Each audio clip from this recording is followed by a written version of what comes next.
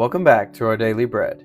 I'm Sam, and I'll be taking you through a 365-day plan from Genesis to Revelation.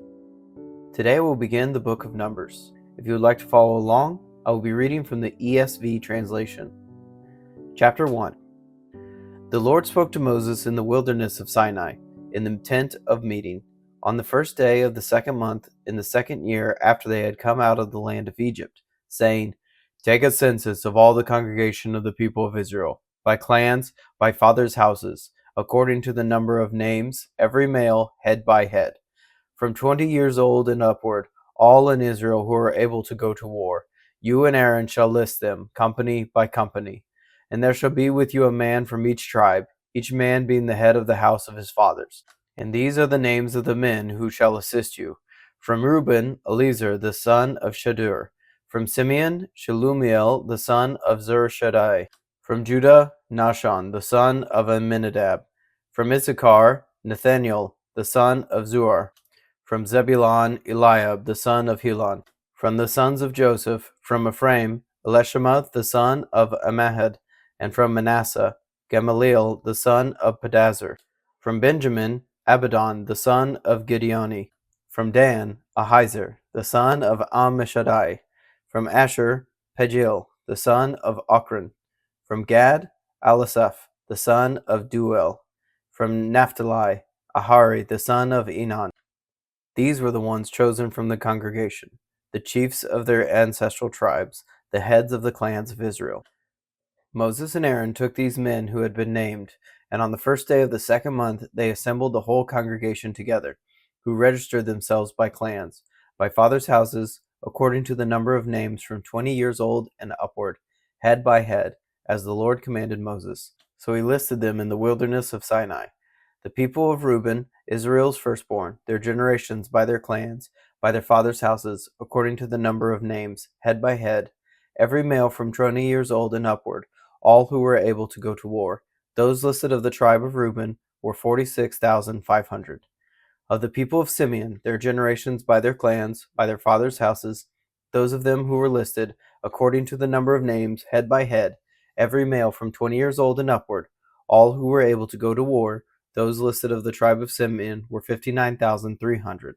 Of the people of Gad, their generations by their clans, by their fathers' houses, according to the number of names from 20 years old and upward, all who were able to go to war, those listed of the tribe of Gad were 45,650. Of the people of Judah, their generations by their clans, by their fathers' houses, according to the number of names from 20 years old and upward, every man able to go to war, those listed of the tribe of Judah were 74,600. Of the people of Issachar, their generations, by their clans, by their fathers' houses, according to the number of names, from 20 years old and upward, every man able to go to war, those listed of the tribe of Issachar were 54,400. Of the people of Zebulun, their generations, by their clans, by their fathers' houses, according to the number of names, were from 20 years old and upward, every man able to go to war, those listed of the tribe of Zebulun were 57,400.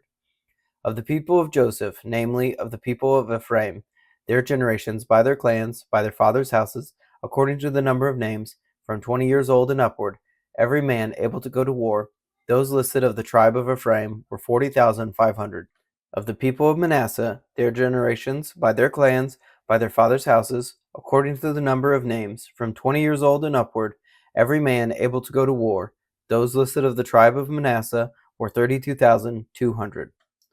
Of the people of Benjamin, their generations, by their clans, by their fathers' houses, according to the number of names, from 20 years old and upward, every man able to go to war, those listed of the tribe of Benjamin were 35,400. Of the people of Dan, their generations, by their clans, by their fathers' houses, according to the number of names, from 20 years old and upward, every man able to go to war, those listed of the tribe of Dan were 62,700. Of the people of Asher, their generations, by their clans, by their fathers' houses, according to the number of names, from 20 years old and upward, every man able to go to war, those listed of the tribe of Asher were 41,500. Of the people of Naphtali, their generations, by their clans, by their fathers' houses, according to the number of names, from 20 years old and upward, every man able to go to war, Those listed of the tribe of Naphtali were 53,400. These are those who were listed, whom Moses and Aaron listed with the help of the chiefs of Israel, 12 men, each representing his father's house. So all those listed of the people of Israel by their fathers' houses from 20 years old and upward, every man able to go to war in Israel. All those listed were 603,550. But the Levites were not listed along with them by their ancestral tribe. For the Lord spoke to Moses, saying, Only the tribe of Levi you shall not list, and you shall not take a census of them among the people of Israel, but appoint the Levites over the tabernacle of the testimony, and over all its furnishings, and over all that belongs to it. They are to carry the tabernacle and all its furnishings, and they shall take care of it, and shall camp around the tabernacle. When the tabernacle is to set out, the Levites shall take it down, and when the tabernacle is to be pitched, the Levites shall set it up. And if any outsider comes near, he shall be put to death. The people of Israel shall pitch their tents by their companies, each man in his own camp, and each man by his own standard. But the Levites shall camp around the tabernacle of the testimony, so that there may be no wrath on the congregation of the people of Israel. And the Levites shall keep guard over the tabernacle of the testimony. Thus did the people of Israel. They did according to all that the Lord commanded Moses. Chapter 2. The Lord spoke to Moses and Aaron, saying, The people of Israel shall camp each by his own standard, with the banners of their fathers' houses. They shall camp facing the tent of meeting on every side. Those to camp on the east side toward the sunrise shall be of the standard of the camp of Judah by their companies. The chief of the people of Judah being Nahshon, the son of Amminadab. His company is listed being 74,600. Those to camp next to him shall be of the tribe of Issachar. The chief of the people of Issachar being Nathanael, the son of Zuar. His company as listed being 54,400. Then the tribe of Zebulun. The chief of the people of Zebulun being Eliab, the son of Helon. His company as listed being 57,400. All those listed of the camp of Judah by their companies were 186,400. They shall set out first on the march. On the south side shall be the standard of the camp of Reuben by their companies. The chief of the people of Reuben being Eliezer, the son of Shadur. His company is listed being 46,500. And those to camp next to him shall be the tribe of Simeon. The chief of the people of Simeon being Shelumiel, the son of Zurishaddai. His company is listed being 59,300. Then the tribe of Gad. The chief of the people of Gad being Eliasaph, the son of Ruel. His company is listed being 45,650. All those listed of the camp of Reuben by their companies were 151,450. They shall set out second. Then the tent of meeting shall set out, with the camp of the Levites in the midst of the camps, as they camp, so they shall set out, each in position, standard by standard.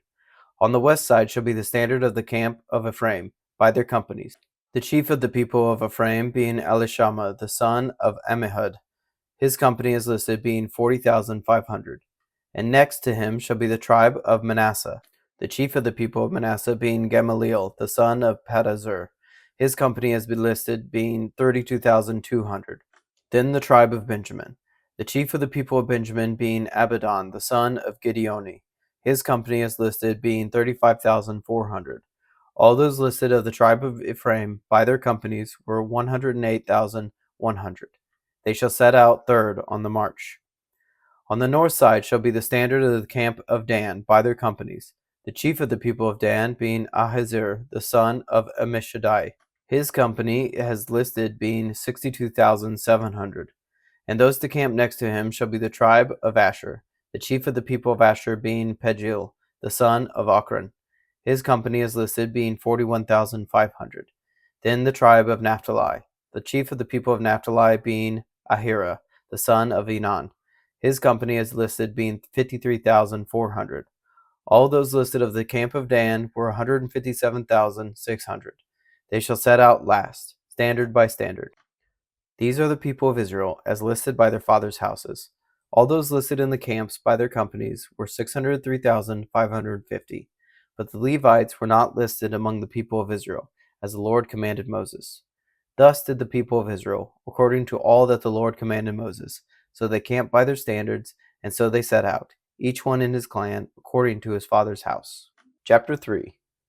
These are the generations of Aaron and Moses at the time when the Lord spoke with Moses on Mount Sinai. These are the names of the sons of Aaron: Nadab the firstborn, and Abihu, Eleazar, and Ithamar. These are the names of the sons of Aaron, the anointed priests, whom he ordained to serve as priests. But Nadab and Abihu died before the Lord when they offered unauthorized fire before the Lord in the wilderness of Sinai, and they had no children. So Eleazar and Ithamar served as priests in the lifetime of Aaron their father. And the Lord spoke to Moses, saying, Bring the tribe of Levi near, and set them before Aaron the priest, that they may minister to him. They shall keep guard over him and over the whole congregation before the tent of meeting, as they minister at the tabernacle. They shall guard all the furnishings of the tent of meeting, and keep guard over the people of Israel as they minister at the tabernacle. And you shall give the Levites to Aaron and his sons. They are wholly given to him from among the people of Israel. And you shall appoint Aaron and his sons, and they shall guard their priesthood. But if any outsider comes near, he shall be put to death. And the Lord spoke to Moses, saying, Behold, I have taken the Levites from among the people of Israel, instead of every firstborn who opens the womb among the people of Israel. The Levites shall be mine, for all the firstborn are mine. On the day that I struck down all the firstborn in the land of Egypt, I consecrated for my own all the firstborn in Israel, both of man and of beast. They shall be mine. I am the Lord. And the Lord spoke to Moses in the wilderness of Sinai, saying, List the sons of Levi by fathers' houses and by clans. Every male from a month old and upward you shall list. So Moses listed them according to the word of the Lord, as he was commanded. And these were the sons of Levi by their names: Gershon, and Kohath, and Merari. And these are the names of the sons of Gershon by their clans: Libni and Shimei. And the sons of Kohath by their clans: Amram, Izhar, Hebron, and Uzziel. And the sons of Merari by their clans: Mali and Mushi. These are the clans of the Levites by their fathers' houses. To Gershon belonged the clan of the Libnites and the clan of the Shimeites. These were the clans of the Gershonites. Their listing, according to the number of all the males from a month old and upward, were 7,500. The clans of the Gershonites were to camp behind the tabernacle on the west, with Elisaph, the son of Lael, as chief of the father's house of the Gershonites. And the guard duty of the sons of Gershon in the tent of meeting involved the tabernacle, the tent with its covering, the screen for the entrance of the tent of meeting, the hangings of the court, the screen for the door of the court that is around the tabernacle, and the altar and its cords, all the service connected with these. To Kohath belonged the clan of the Amramites, and the clan of the Izharites, and the clan of the Hebronites, and the clan of the Uzzielites. These are the clans of the Kohathites. According to the number of all the males from a month old and upward, there were 8,600, keeping guard over the sanctuary. The clans of the sons of Kohath were to camp on the south side of the tabernacle, with Elzaphan, the son of Uzziel, as chief of the father's house of the clans of the Kohathites. And their guard duty involved the ark, the table, the lampstand, the altars, the vessels of the sanctuary with which the priests minister, and the screen, all the service connected with these.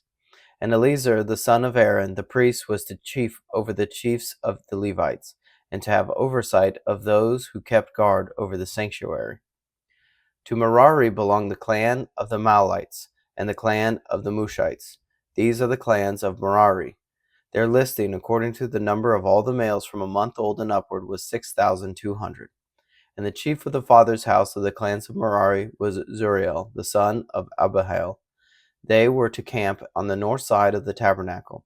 And the appointed guard duty of the sons of Merari involved the frames of the tabernacle, the bars, the pillars, the bases, and all their accessories, all the service connected with these. Also the pillars around the court, with their bases and pegs and cords.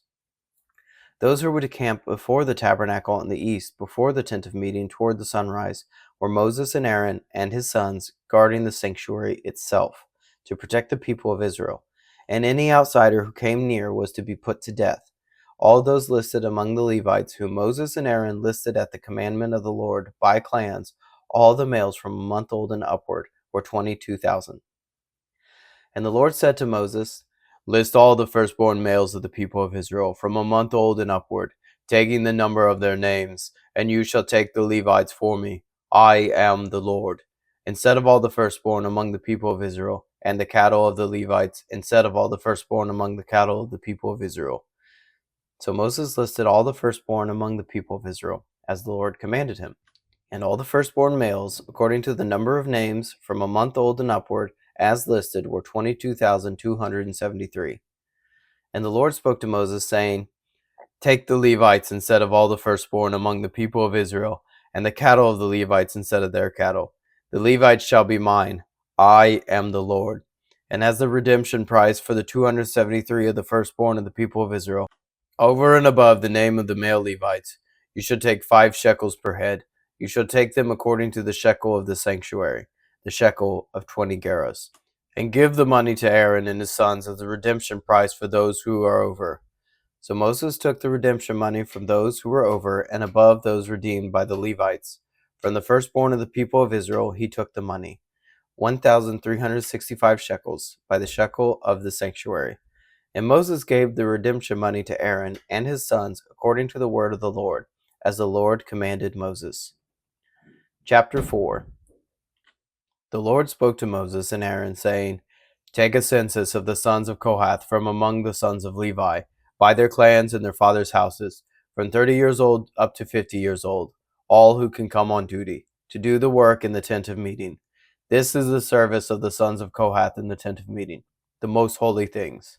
When the camp is to set out, Aaron and his sons shall go in and take down the veil of the screen, and cover the ark of the testimony with it. Then they shall put on it a covering of goatskin, and spread on top of that cloth all of blue, and shall put in its poles. And over the table of the bread of the presence they shall spread a cloth of blue, and put on it the plates, the dishes for incense, the bowls, and the flagons for the drink offering. The regular showbread also shall be on it. Then they shall spread over them a cloth of scarlet, and cover the same with a covering of goatskin, and shall put in its bowls. And then they shall take a cloth of blue, and cover the lampstand for the light, with its lamps, its tongs, its trays, and all the vessels for oil with which it is supplied. And they shall put it with all its utensils in a covering of goatskin, and put it on the carrying frame.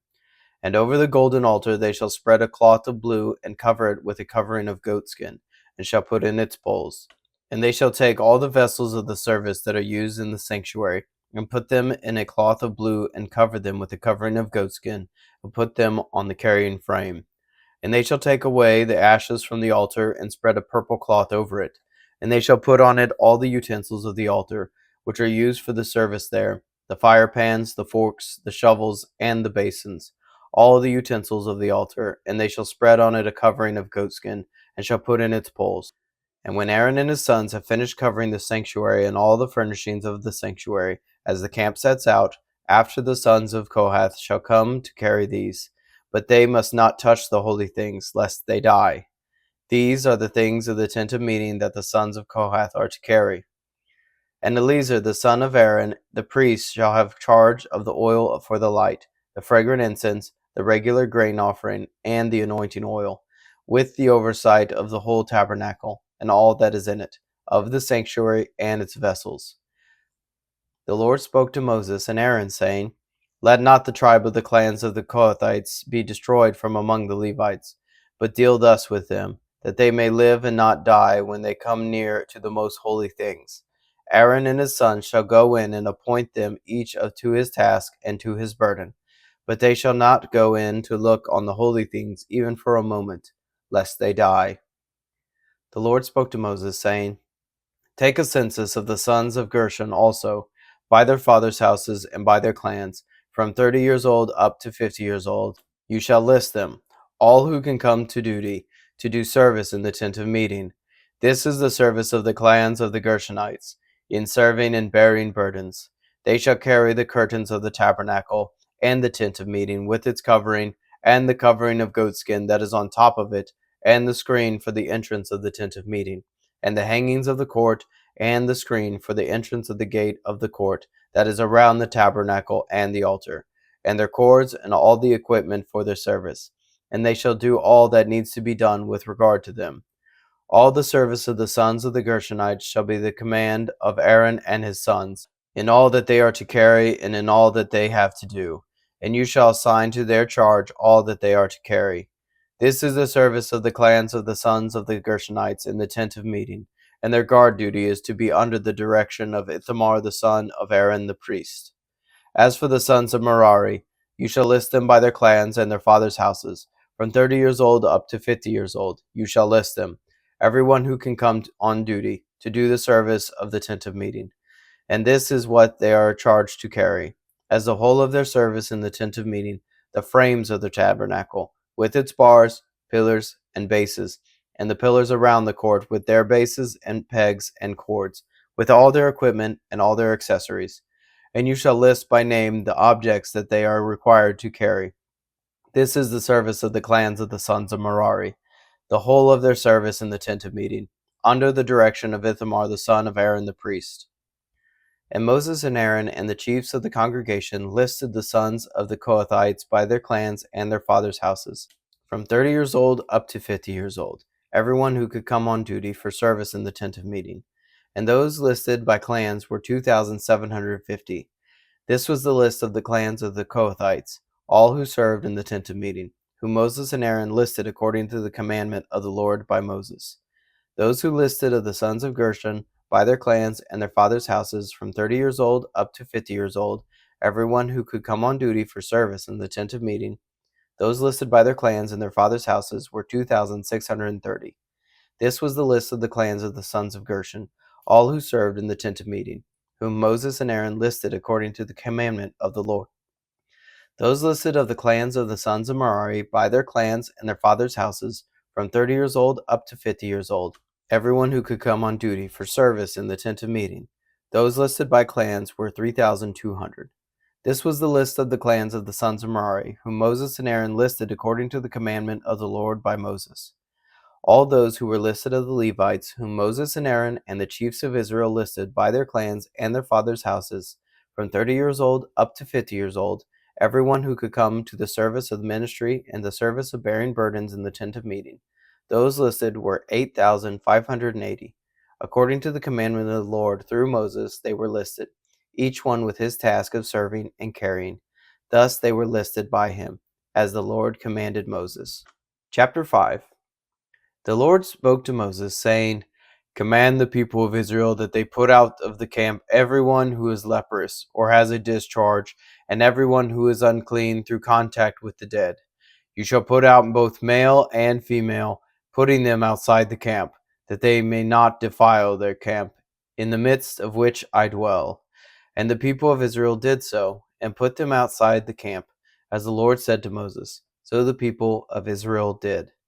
And the Lord spoke to Moses, saying, Speak to the people of Israel, when a man or woman commits any of the sins that people commit by breaking faith with the Lord, and that person realizes his guilt, he shall confess his sins that he has committed, and he shall make full restitution for his wrong, adding a fifth to it, and giving it to him to whom he did the wrong.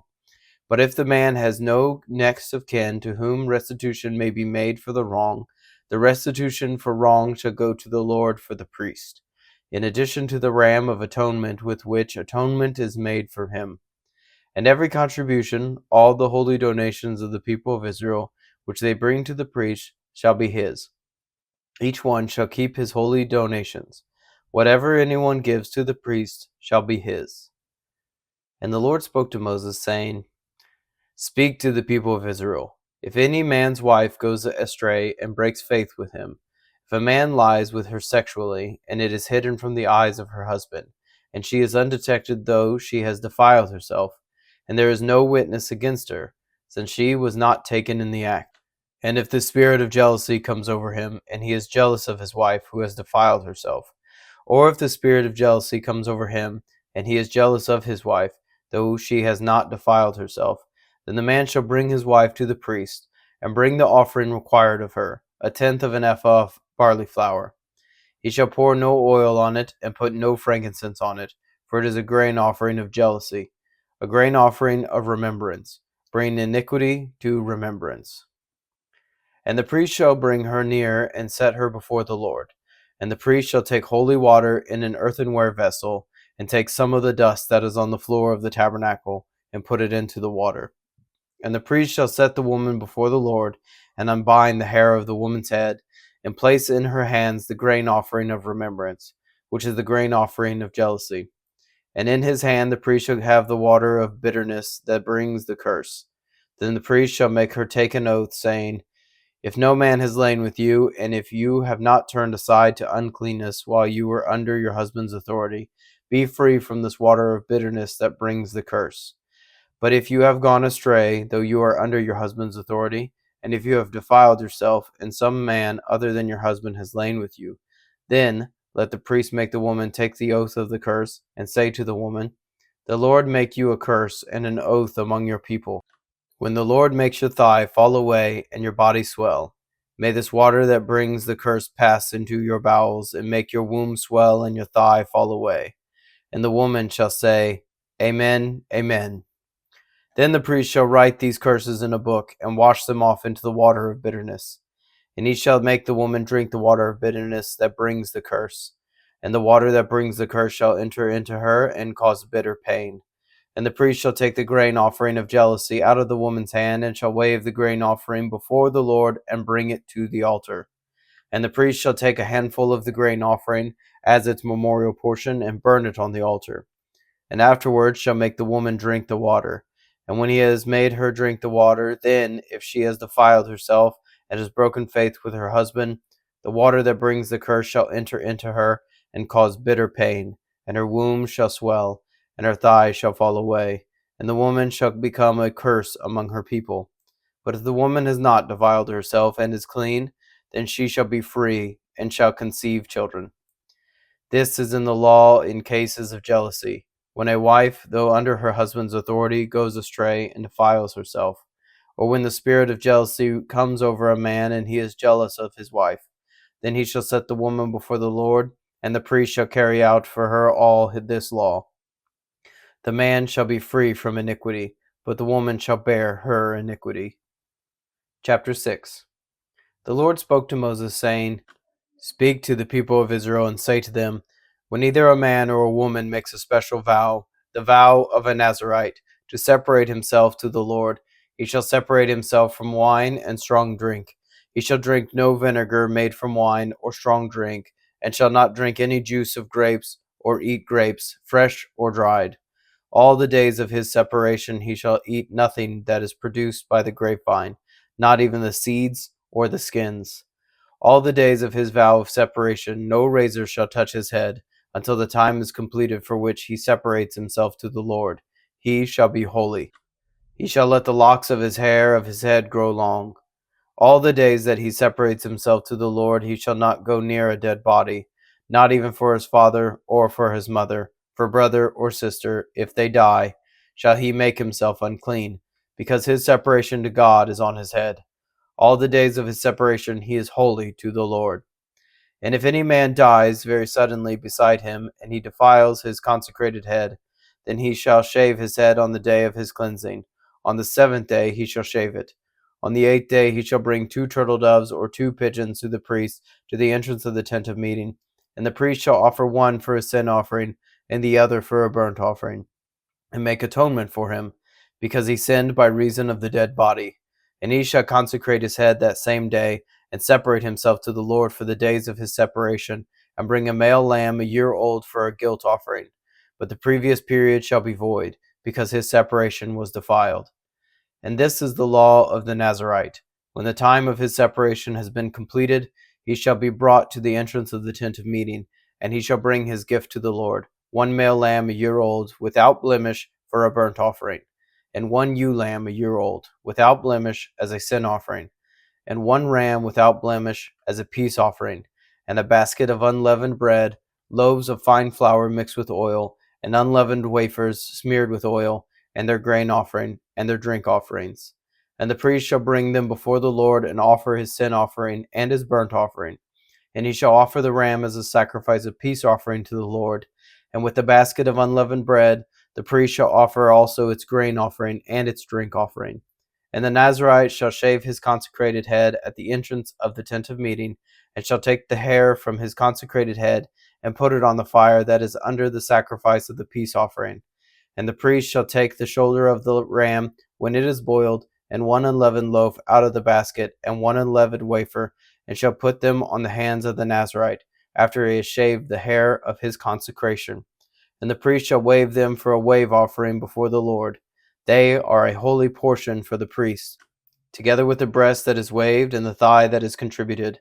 And after that the Nazarite may drink wine. This is the law of the Nazarite. But if he vows an offering to the Lord above his Nazarite vow, as he can afford, in exact accordance with the vow that he takes, then he shall do an addition to the law of the Nazarite. The Lord spoke to Moses, saying, Speak to Aaron and his sons, saying, Thus you shall bless the people of Israel. You shall say to them, The Lord bless you and keep you. The Lord make his face to shine upon you and be gracious to you. The Lord lift up his countenance upon you and give you peace. So shall they put my name upon the people of Israel, and I will bless them. Chapter 7. On the day when Moses had finished setting up the tabernacle, and had anointed and consecrated it with all its furnishings, and had appointed and consecrated the altar with all its utensils, the chiefs of Israel, heads of their fathers' houses, who were the chiefs of the tribes, who were over those who were listed, approached and brought their offerings before the Lord, 6 wagons and 12 oxen, a wagon for every 2 of the chiefs, and for each one an ox. They brought them before the tabernacle. Then the Lord said to Moses, Accept these from them, that they may be used in the service of the tent of meeting, and give them to the Levites, to each man according to his service. So Moses took the wagons and the oxen, and gave them to the Levites. 2 wagons and 4 oxen he gave to the sons of Gershon, according to their service, and 4 wagons and 8 oxen he gave to the sons of Merari, according to their service, under the direction of Ithamar the son of Aaron, the priest. But to the sons of Kohath he gave none, because they were charged with the service of the holy things that had to be carried on the shoulder. And the chiefs offered offerings for the dedication of the altar on the day it was anointed. And the chiefs offered their offering before the altar. And the Lord said to Moses, They shall offer their offerings 1 chief each day for the dedication of the altar. He who offered his offering the first day was Nahshon, the son of Amminadab, of the tribe of Judah.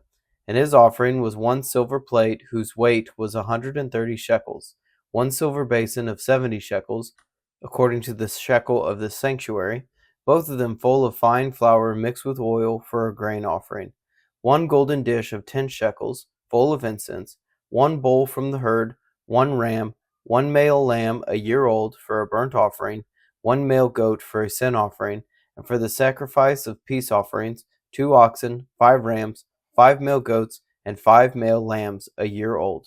This was the offering of Nahshon the son of Amminadab. On the second day, Nethanel the son of Zuar, the chief of Issachar, made an offering. He offered for his offering 1 silver plate whose weight was 130 shekels, 1 silver basin of 70 shekels, according to the shekel of the sanctuary, both of them full of fine flour mixed with oil for a grain offering, 1 golden dish of 10 shekels, full of incense, 1 bull from the herd, 1 ram, 1 male lamb a year old for a burnt offering, 1 male goat for a sin offering, and for the sacrifice of peace offerings, 2 oxen, 5 rams, 5 male goats, and 5 male lambs a year old. This was the offering of Nethanel the son of Zuar. On the third day, Eliab the son of Helon, the chief of the people of Zebulun, his offering was 1 silver plate whose weight was 130 shekels, 1 silver basin of 70 shekels, according to the shekel of the sanctuary, both of them full of fine flour mixed with oil for a grain offering, 1 golden dish of 10 shekels, full of incense, 1 bull from the herd, 1 ram, 1 male lamb a year old for a burnt offering, 1 male goat for a sin offering, and for the sacrifice of peace offerings, 2 oxen, 5 rams, 5 male goats, and 5 male lambs a year old. This was the offering of Eliab the son of Helon. On the fourth day, Eleazar the son of Shadur, the chief of the people of Reuben, his offering was 1 silver plate whose weight was 130 shekels, 1 silver basin of 70 shekels, according to the shekel of the sanctuary, both of them full of fine flour mixed with oil for a grain offering, 1 golden dish of 10 shekels, full of incense, 1 bull from the herd, one ram, one male lamb a year old for a burnt offering, one male goat for a sin offering, and for the sacrifice of peace offerings, 2 oxen, 5 rams, 5 male goats, and 5 male lambs a year old. This was the offering of Elazar the son of Shadur. On the 5th day, Shelumiel the son of Zurshaddai, the chief of the people of Simeon, his offering was 1 silver plate whose weight was 130 shekels, 1 silver basin of 70 shekels, according to the shekel of the sanctuary, both of them full of fine flour mixed with the oil for a grain offering, 1 golden dish of 10 shekels, full of incense, 1 bull from the herd, 1 ram, 1 male lamb a year old for a burnt offering, 1 male goat for a sin offering, and for the sacrifice of peace offerings, 2 oxen, 5 rams, 5 male goats, and 5 male lambs a year old. This was the offering of Shelumiel the son of Zurshaddai. On the 6th day, Eliasaph the son of Doel, the chief of the people of Gad, his offering was 1 silver plate whose weight was 130 shekels, 1 silver basin of 70 shekels, according to the shekel of the sanctuary, both of them full of fine flour mixed with oil for a grain offering, 1 golden dish of 10 shekels, full of incense, 1 bull from the herd, 1 ram, 1 male lamb a year old for a burnt offering, 1 male goat for a sin offering, and for the sacrifice of peace offerings, 2 oxen, 5 rams, 5 male goats, and 5 male lambs a year old. This was the offering of Eliasaph the son of Doel. On the 7th day, Elishama the son of Ammihud, the chief of the people of Ephraim, his offering was 1 silver plate whose weight was 130 shekels, 1 silver basin of 70 shekels, according to the shekel of the sanctuary, both of them full of fine flour mixed with oil for a grain offering, 1 golden dish of 10 shekels, full of incense, 1 bull from the herd, 1 ram, 1 male lamb a year old for a burnt offering, 1 male goat for a sin offering, for the sacrifice of peace offerings, 2 oxen, 5 rams, 5 male goats, and 5 male lambs a year old. This was the offering of Elishama the son of Ammihud. On the 8th day, Gamaliel the son of Pedazur, the chief of the people of Manasseh, his offering was 1 silver plate whose weight was 130 shekels, 1 silver basin of 70 shekels, according to the shekel of the sanctuary, both of them full of fine flour mixed with oil for a grain offering, 1 golden dish of 10 shekels, full of incense, 1 bull from the herd, 1 ram, 1 male lamb a year old for a burnt offering, 1 male goat for a sin offering, and for the sacrifice of peace offerings, 2 oxen, 5 rams, 5 male goats, and 5 male lambs a year old. This was the offering of Gamaliel the son of Pedazur. On the 9th day, Abidan the son of Gideoni, the chief of the people of Benjamin, his offering was 1 silver plate whose weight was 130 shekels, 1 silver basin of 70 shekels, according to the shekel of the sanctuary, both of them full of fine flour mixed with oil for a grain offering, 1 golden dish of 10 shekels, full of incense, 1 bull from the herd, 1 ram, 1 male lamb a year old for a burnt offering, 1 male goat for a sin offering, and for the sacrifice of peace offerings, 2 oxen, 5 rams, 5 male goats, and 5 male lambs a year old. This was the offering of Abidan the son of Gideoni. On the 10th day, Ahiezer the son of Ammishaddai, the chief of the people of Dan, his offering was 1 silver plate whose weight was 130 shekels, 1 silver basin of 70 shekels, according to the shekel of the sanctuary, both of them full of fine flour mixed with oil for a grain offering, 1 golden dish of 10 shekels, full of incense, 1 bull from the herd, 1 ram, 1 male lamb a year old for a burnt offering, 1 male goat for a sin offering, and for the sacrifice of peace offerings, 2 oxen, 5 rams, 5 male goats, and 5 male lambs a year old. This was the offering of Ahiezer the son of Ammishaddai. On the 11th day, Pagiel the son of Ochran, the chief of the people of Asher, his offering was 1 silver plate whose weight was 130 shekels, 1 silver basin of 70 shekels, according to the shekel of the sanctuary, both of them full of fine flour mixed with oil for a grain offering, 1 golden dish of 10 shekels, full of incense, 1 bull from the herd, 1 ram, 1 male lamb a year old for a burnt offering, 1 male goat for a sin offering, and for the sacrifice of peace offerings, 2 oxen, 5 rams, 5 male goats, and 5 male lambs a year old. This was the offering of Pagiel, the son of Ochran. On the 12th day, Ahira, the son of Enan, the chief of the people of Naphtali, his offering was 1 silver plate whose weight was 130 shekels, 1 silver basin of 70 shekels, according to the shekel of the sanctuary, both of them full of fine flour mixed with oil for a grain offering. 1 golden dish of 10 shekels, full of incense. 1 bull from the herd, 1 ram, 1 male lamb a year old, for a burnt offering. 1 male goat for a sin offering. For the sacrifice of peace offerings, 2 oxen, 5 rams, 5 male goats, and 5 male lambs a year old. This was the offering of Ahira, the son of Enan. This was the dedication offering for the altar on the day when it was anointed, from the chiefs of Israel. 12 silver plates, 12 silver basins, 12 golden dishes, each silver plate weighing 130 shekels, and each basin 70. All the silver of the vessels, 2,400 shekels, according to the shekel of the sanctuary. The 12 golden dishes, full of incense, weighing 10 shekels apiece, according to the shekel of the sanctuary. All the gold of the dishes being 120 shekels. All the cattle for a burnt offering, 12 bulls, 12 rams, 12 male lambs a year old, with their grain offering, and 12 male goats for a sin offering. And all the cattle for the sacrifice of peace offerings, 24 bulls, the rams 60, the male goats 60, and the male lambs a year old 60. This was the dedication offering for the altar after it was anointed. And when Moses went into the tent of meeting to speak with the Lord, he heard the voice speaking to him from above the mercy seat that was on the ark of the testimony, from between the 2 cherubim, and it spoke to him. Chapter 8. Now the Lord spoke to Moses, saying, Speak to Aaron and say to him, When you set up the lamps, the 7 lamps shall give light in front of the lampstand. And Aaron did so. He set up its lamps in front of the lampstand, as the Lord commanded Moses. And this was the workmanship of the lampstand, hammered work of gold. From its base to its flowers it was hammered work, according to the pattern that the Lord had shown Moses. So he made the lampstand. And the Lord spoke to Moses, saying, Take the Levites from among the people of Israel and cleanse them. Thus you shall do to them to cleanse them. Sprinkle the water of purification upon them, and let them go with a razor over all their body, and wash their clothes, and cleanse themselves. Then let them take a bull from the herd and its grain offering of fine flour mixed with oil. And you shall take another bull from the herd for a sin offering.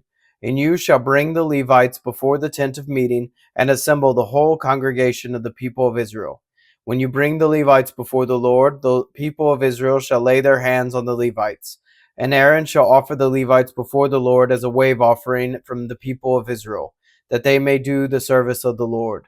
Then the Levites shall lay their hands on the heads of the bulls, and you shall offer the one for a sin offering, and the other for a burnt offering to the Lord, to make atonement for the Levites.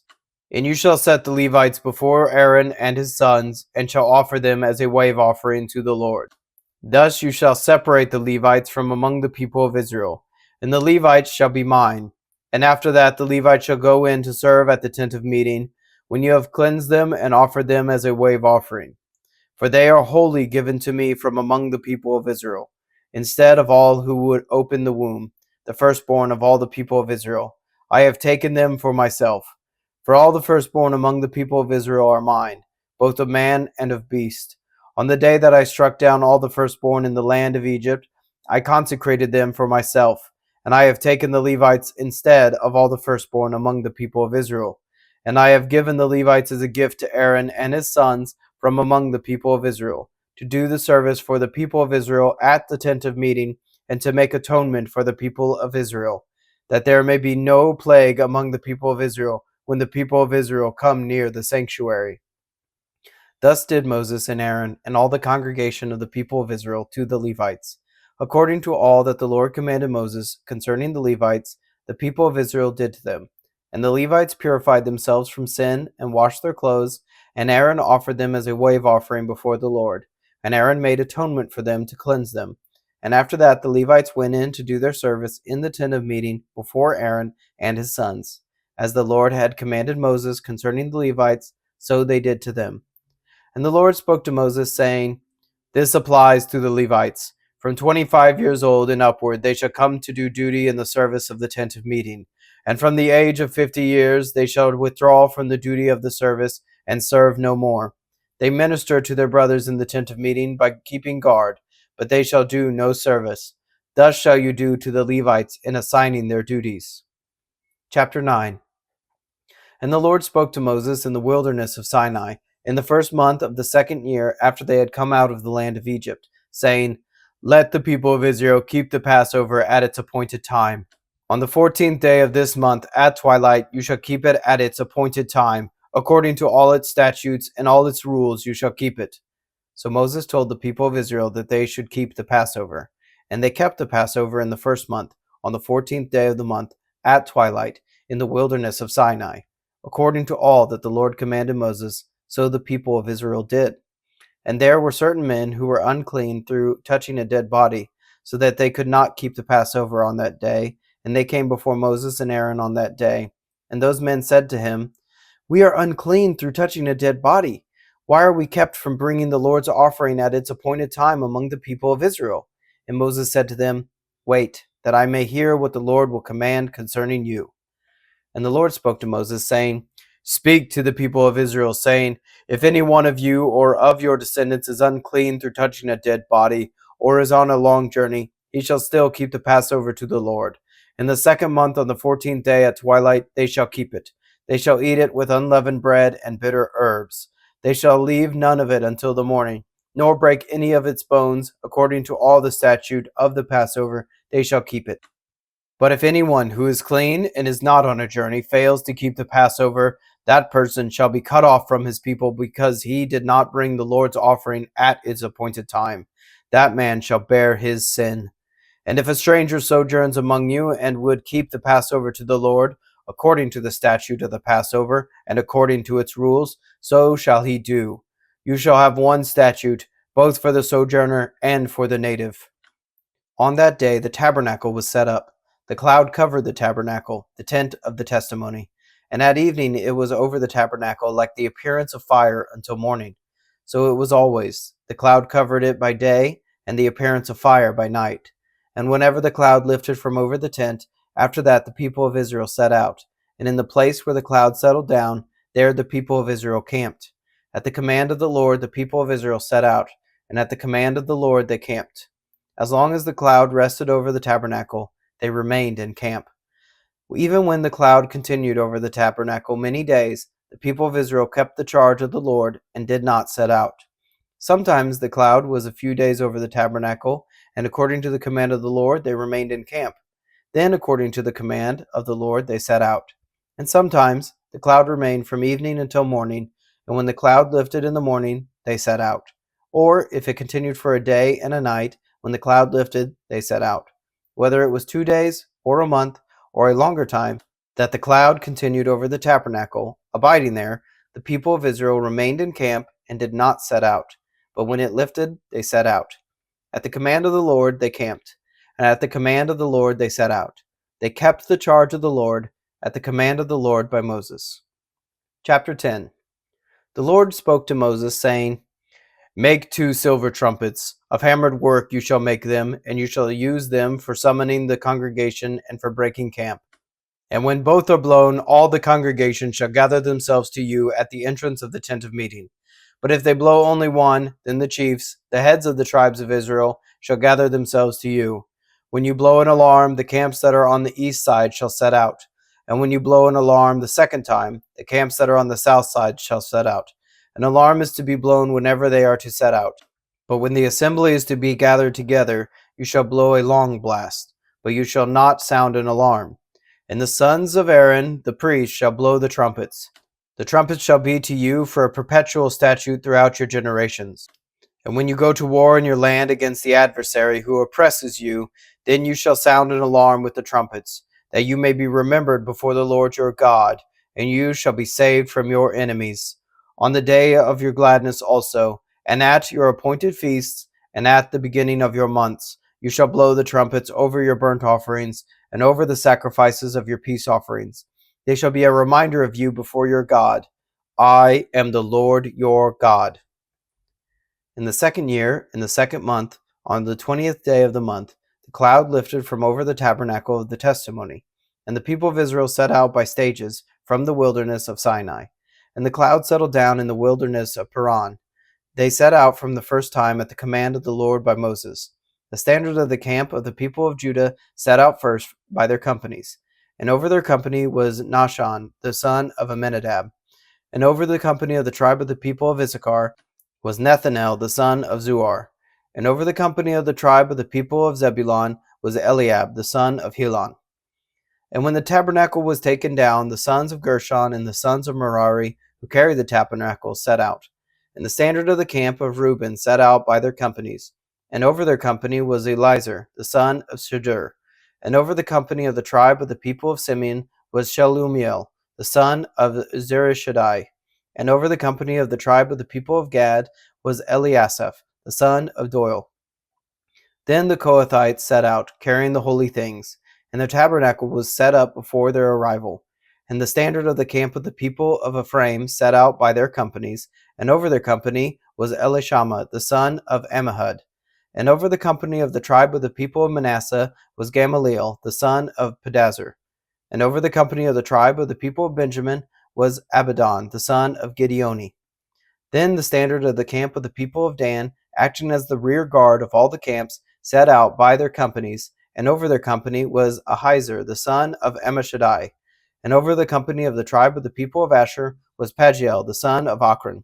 And over the company of the tribe of the people of Naphtali was Ahira, the son of Enan. This was the order of march of the people of Israel by their companies when they set out. And Moses said to Hobab, the son of Ruel, the Midianite, Moses' father-in-law, "We are setting out for the place of which the Lord said, 'I will give it to you.' Come with us, and we will do good to you, for the Lord has promised good to Israel." But he said to him, "I will not go. I will depart to my own land and to my kindred."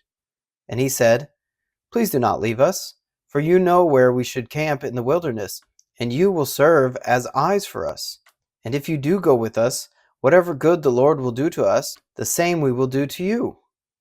So they set out from the mount of the Lord 3 days' journey, and the ark of the covenant of the Lord went before them 3 days' journey, to seek out a resting place for them. And the cloud of the Lord was over them by day, whenever they set out from the camp. And whenever the ark set out, Moses said, "Arise, O Lord, and let your enemies be scattered, and let those who hate you flee before you." And when it rested, he said, "Return, O Lord, to the 10,000 thousands of Israel." Chapter 11. And the people complained in the hearing of the Lord about their misfortunes. And when the Lord heard it, his anger was kindled, and the fire of the Lord burned among them and consumed some outlying parts of the camp. Then the people cried out to Moses, and Moses prayed to the Lord, and the fire died down. So the name of that place was called Taberah, because the fire of the Lord burned among them. Now the rabble that was among them had a strong craving, and the people of Israel also wept again and said, "Oh, that we had meat to eat! We remember the fish we ate in Egypt that cost nothing, the cucumbers, the melons, the leeks, the onions, and the garlic. But now our strength is dried up, and there is nothing at all but this manna to look at." Now the manna was like coriander seed, and its appearance like that of bdellium. The people went about and gathered it, and ground it in handmills, or beat it in mortars, and boiled it in pots, and made cakes of it. And the taste of it was like the taste of cakes baked with oil. When the dew fell upon the camp in the night, the manna fell with it. Moses heard the people weeping throughout their clans, everyone at the door of his tent. And the anger of the Lord blazed hotly, and Moses was displeased. Moses said to the Lord, "Why have you dealt ill with your servant? And why have I not found favor in your sight, that you lay the burden of all this people on me? Did I conceive all these people? Did I give them birth, that you should say to me, 'Carry them in your bosom, as a nurse carries a nursing child, to the land that you swore to give their fathers'?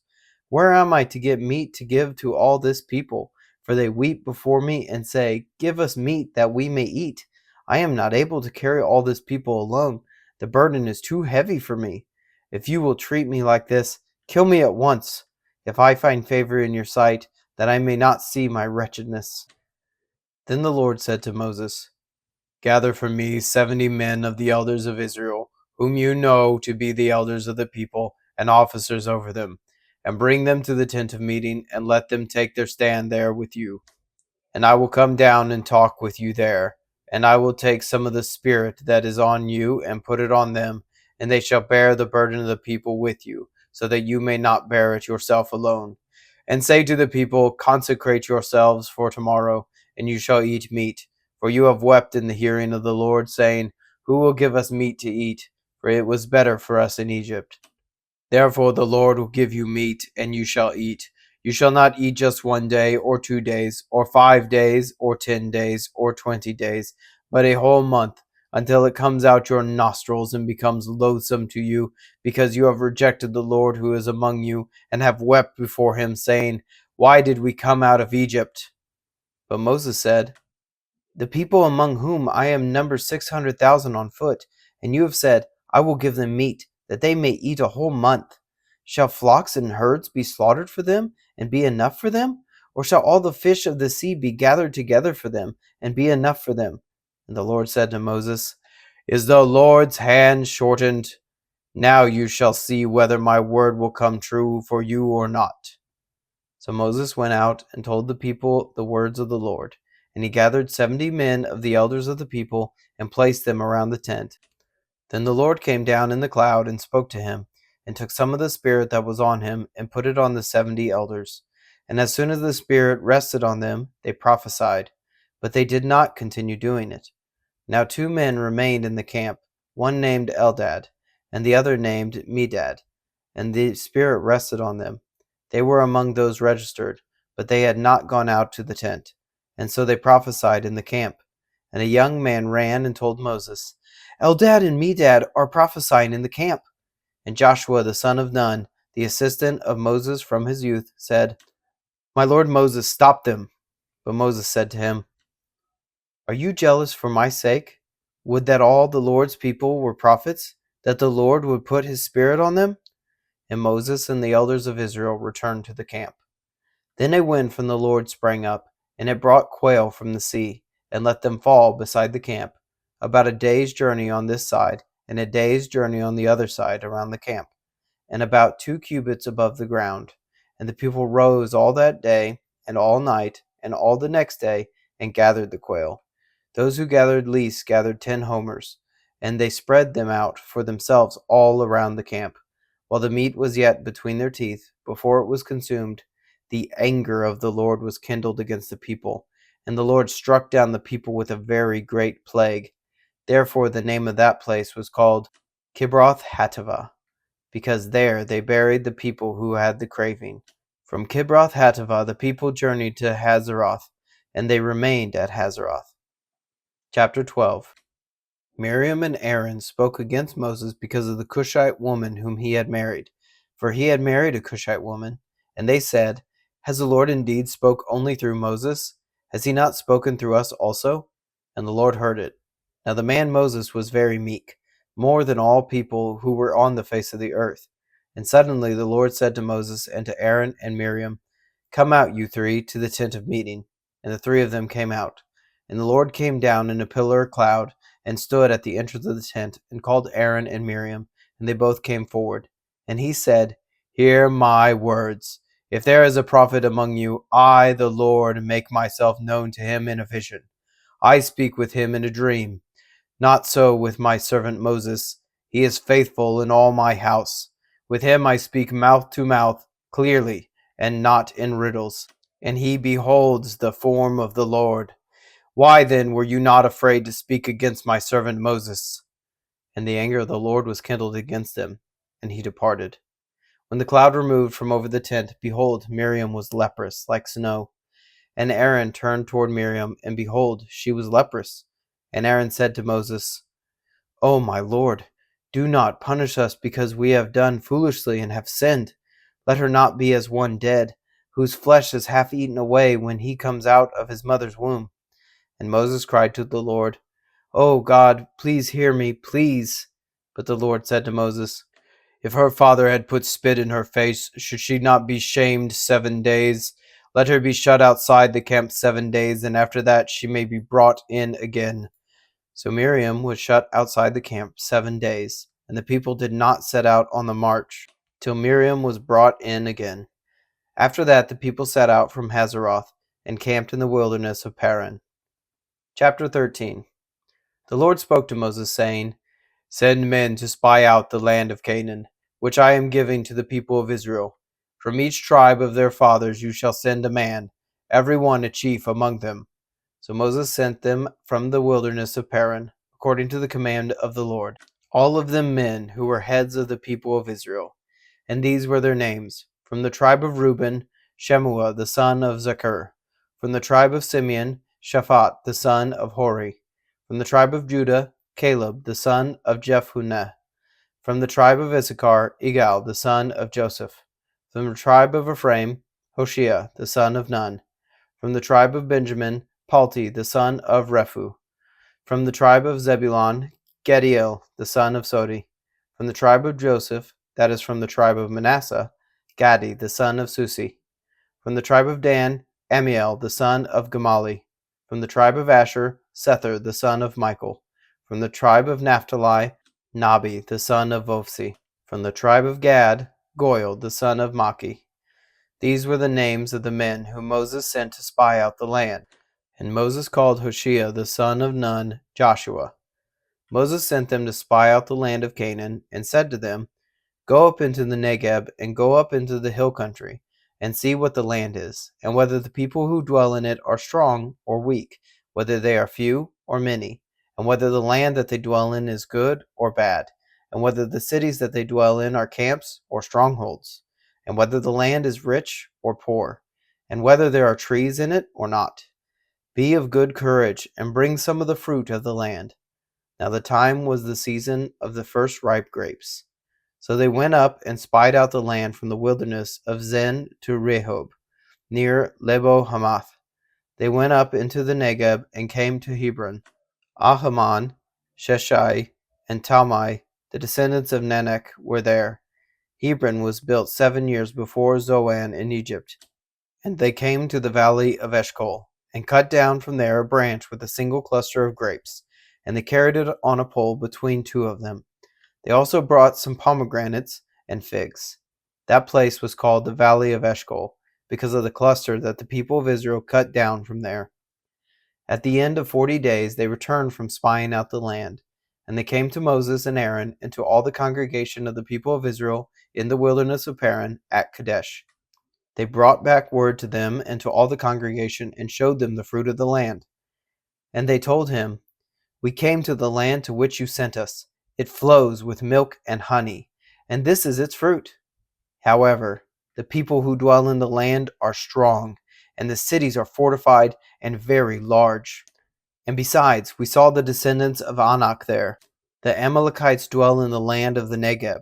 The Hittites, the Jebusites, and the Amorites dwell in the hill country, and the Canaanites dwell by the sea and along the Jordan. But Caleb quieted the people before Moses and said, Let us go up at once and occupy it, for we are well able to overcome it. Then the men who had gone up with him said, We are not able to go up against the people, for they are stronger than we are. So they brought to the people of Israel a bad report of the land that they had spied out, saying, The land through which we have gone to spy it out is a land that devours its inhabitants, and all the people that we saw in it are of great height. And there we saw the Nephilim, the sons of Anak, who come from the Nephilim, and we seemed to ourselves like grasshoppers, and so we seemed to them. Chapter 14. Then all the congregation raised a loud cry, and the people wept that night. And all the people of Israel grumbled against Moses and Aaron. The whole congregation said to them, Would that we had died in the land of Egypt, or would that we had died in this wilderness? Why is the Lord bringing us into this land to fall by the sword? Our wives and our little ones will become a prey. Would it not be better for us to go back to Egypt? And they said to one another, Let us choose a leader and go back to Egypt. Then Moses and Aaron fell on their faces before all the assembly of the congregation of the people of Israel. And Joshua the son of Nun and Caleb the son of Jephunneh, who were among those who had spied out the land, tore their clothes and said to all the congregation of the people of Israel, The land which we passed through to spy it out is an exceedingly good land. If the Lord delights in us, he will bring us into this land and give it to us, a land that flows with milk and honey. Only do not rebel against the Lord, and do not fear the people of the land, for they are bread for us. Their protection is removed from them, and the Lord is with us. Do not fear them." Then all the congregation said to stone them with stones. But the glory of the Lord appeared at the tent of meeting to all the people of Israel. And the Lord said to Moses, "How long will this people despise me? And how long will they not believe in me, in spite of all the signs that I have done among them? I will strike them with the pestilence and disinherit them, and I will make of you a nation greater and mightier than they." But Moses said to the Lord, "Then the Egyptians will hear of it, for you brought up this people in your might from among them, and they will tell the inhabitants of this land, 'They have heard that you, O Lord, are in the midst of this people. For you, O Lord, are seen face to face, and your cloud stands over them, and you go before them, in a pillar of cloud by day, and in a pillar of fire by night.'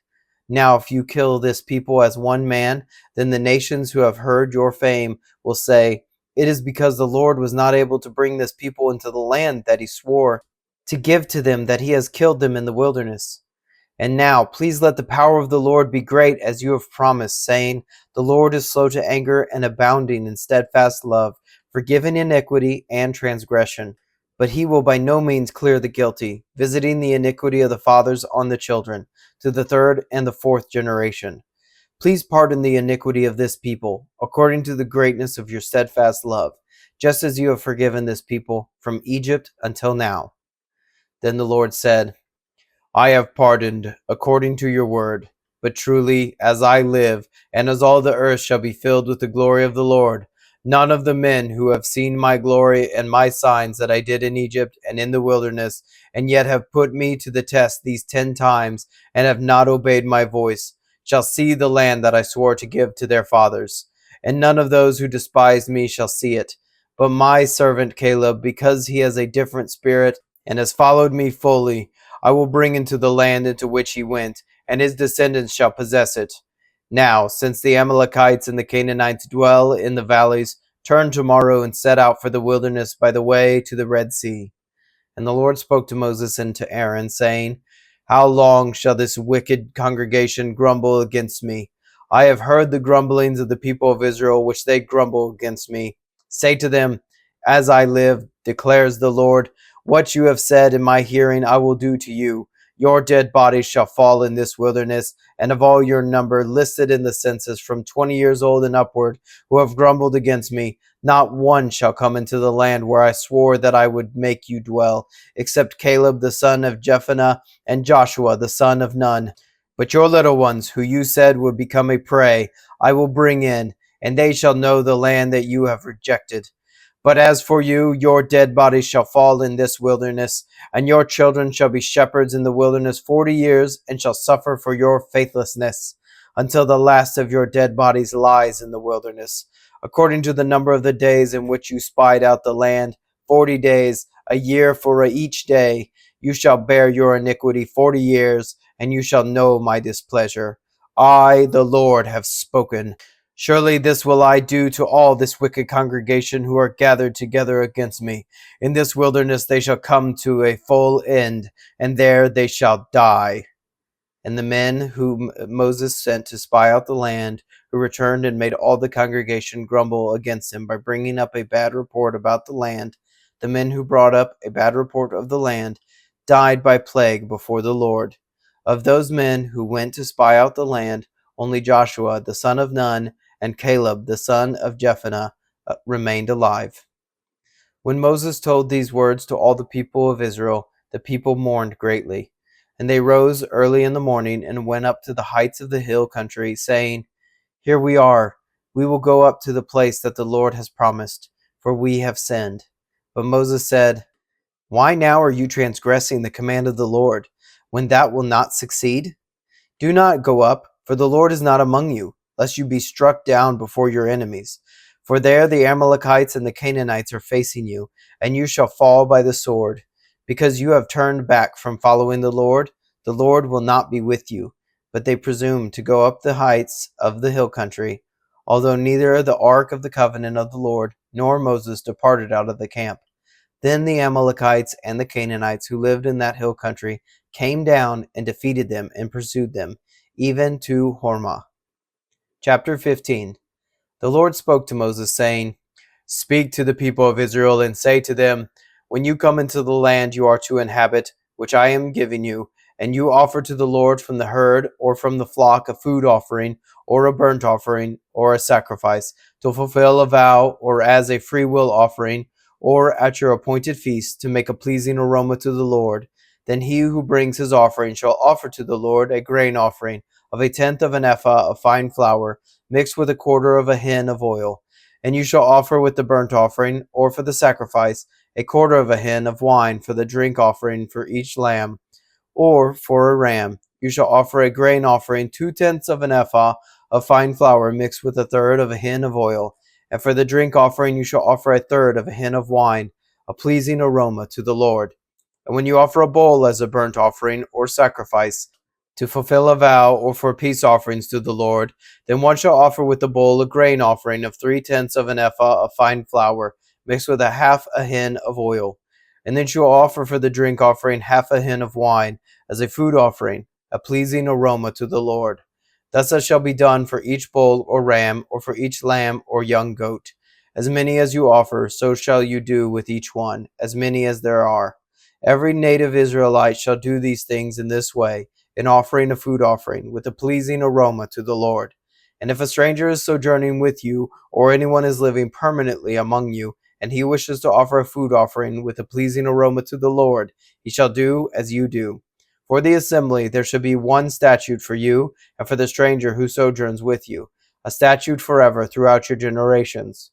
You and the sojourner shall be alike before the Lord. One law and one rule shall be for you, and for the stranger who sojourns with you.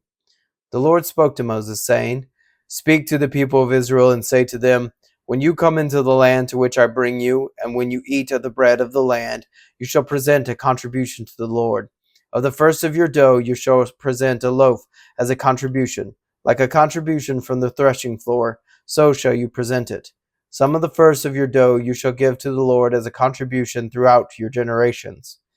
But if you sin unintentionally and do not observe all these commandments that the Lord has spoken to Moses, all that the Lord has commanded you by Moses, from the day that the Lord gave commandment, and onward throughout your generations, then if it was done unintentionally without the knowledge of the congregation, all the congregation shall offer one bull from the herd for a burnt offering, a pleasing aroma for the Lord, with its grain offering and its drink offering, according to the rule, and one male goat for a sin offering. And the priest shall make atonement for all the congregation of the people of Israel, and they shall be forgiven, because it was a mistake, and they have brought their offering, a food offering to the Lord, and their sin offering before the Lord for their mistake. And all the congregation of the people of Israel shall be forgiven, and the stranger who sojourns among them, because the whole population was involved in the mistake. If one person sins unintentionally, he shall offer a female goat a year old for a sin offering, and the priest shall make atonement before the Lord for the person who makes a mistake, when he sins unintentionally, to make atonement for him, and he shall be forgiven. You shall have one law for him who does anything unintentionally, for him who is native among the people of Israel, and for the stranger who sojourns among them. But the person who does anything with a high hand, whether he is native or a sojourner, reviles the Lord, and that person shall be cut off from among his people, because he has despised the word of the Lord and has broken his commandment. That person shall be utterly cut off. His iniquity shall be on him. While the people of Israel were in the wilderness, they found a man gathering sticks on the Sabbath day. And those who found him gathering sticks brought him to Moses and Aaron and to all the congregation. They put him in custody because it had not been made clear what should be done to him. And the Lord said to Moses, The man shall be put to death. All the congregation shall stone him with stones outside the camp. And all the congregation brought him outside the camp and stoned him to death with stones, as the Lord commanded Moses. The Lord said to Moses, Speak to the people of Israel and tell them to make tassels on the corners of their garments throughout their generations, and to put a cord of blue on the tassel of each corner. And it shall be a tassel for you to look at and remember all the commandments of the Lord, to do them, not to follow after your own heart and your own eyes, which you are inclined to whore after. So you shall remember and do all my commandments, and be holy to your God. I am the Lord your God, who brought you out of the land of Egypt to be your God. I am the Lord your God. Chapter 16. Now Korah the son of Izhar, son of Kohath, son of Levi, and Dathan and Abiram, the sons of Eliab, and on the son of Peleth, sons of Reuben, took men.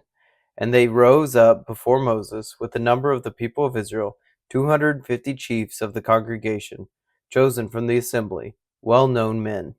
They assembled themselves together against Moses and against Aaron, and said to them, You have gone too far, for all in the congregation are holy, every one of them, and the Lord is among them. Why then do you exalt yourselves above the assembly of the Lord? When Moses heard it, he fell on his face, and he said to Korah and all his company, In the morning the Lord will show who is his, and who is holy, and will bring him near to him. The one whom he chooses he will bring near to him. Do this, take censers, Korah and all his company, put fire in them, and put incense on them before the Lord tomorrow. And the man whom the Lord chooses shall be the Holy One. You have gone too far, sons of Levi. And Moses said to Korah, Hear now, you sons of Levi, is it too small a thing for you that the God of Israel has separated you from the congregation of Israel, to bring you near to himself, to do service in the tabernacle of the Lord, and to stand before the congregation to minister to them? And that he has brought you near him, and all your brothers and the sons of Levi with you? And would you seek the priesthood also?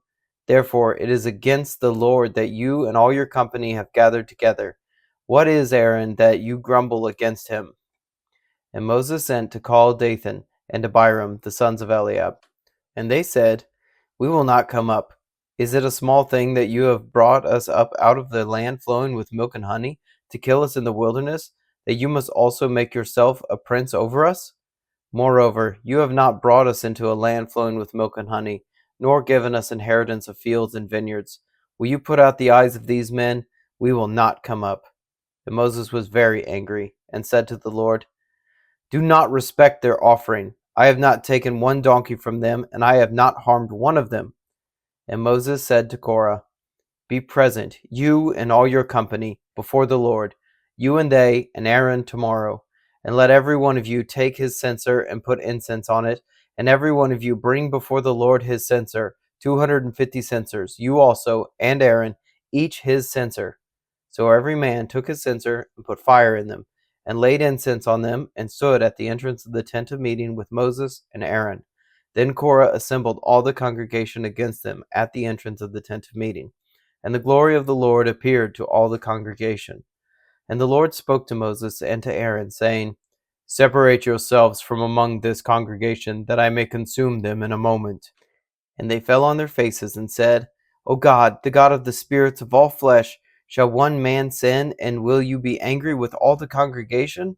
And the Lord spoke to Moses, saying, Say to the congregation, Get away from the dwelling of Korah, Dathan, and Abiram. Then Moses rose and went to Dathan and Abiram, and the elders of Israel followed him.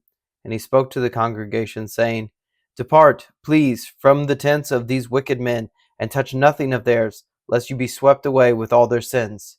So they got away from the dwelling of Korah, Dathan, and Abiram. And Dathan and Abiram came out and stood at the door of their tents, together with their wives, their sons, and their little ones. And Moses said, Hereby you shall know that the Lord has sent me to do all these works, and that it has not been of my own accord. If these men die as all men die, or if they are visited by the fate of all mankind, then the Lord has not sent me. But if the Lord creates something new, and the ground opens its mouth, and swallows them up with all that belongs to them, and they go down alive into Sheol, then you shall know that these men have despised the Lord.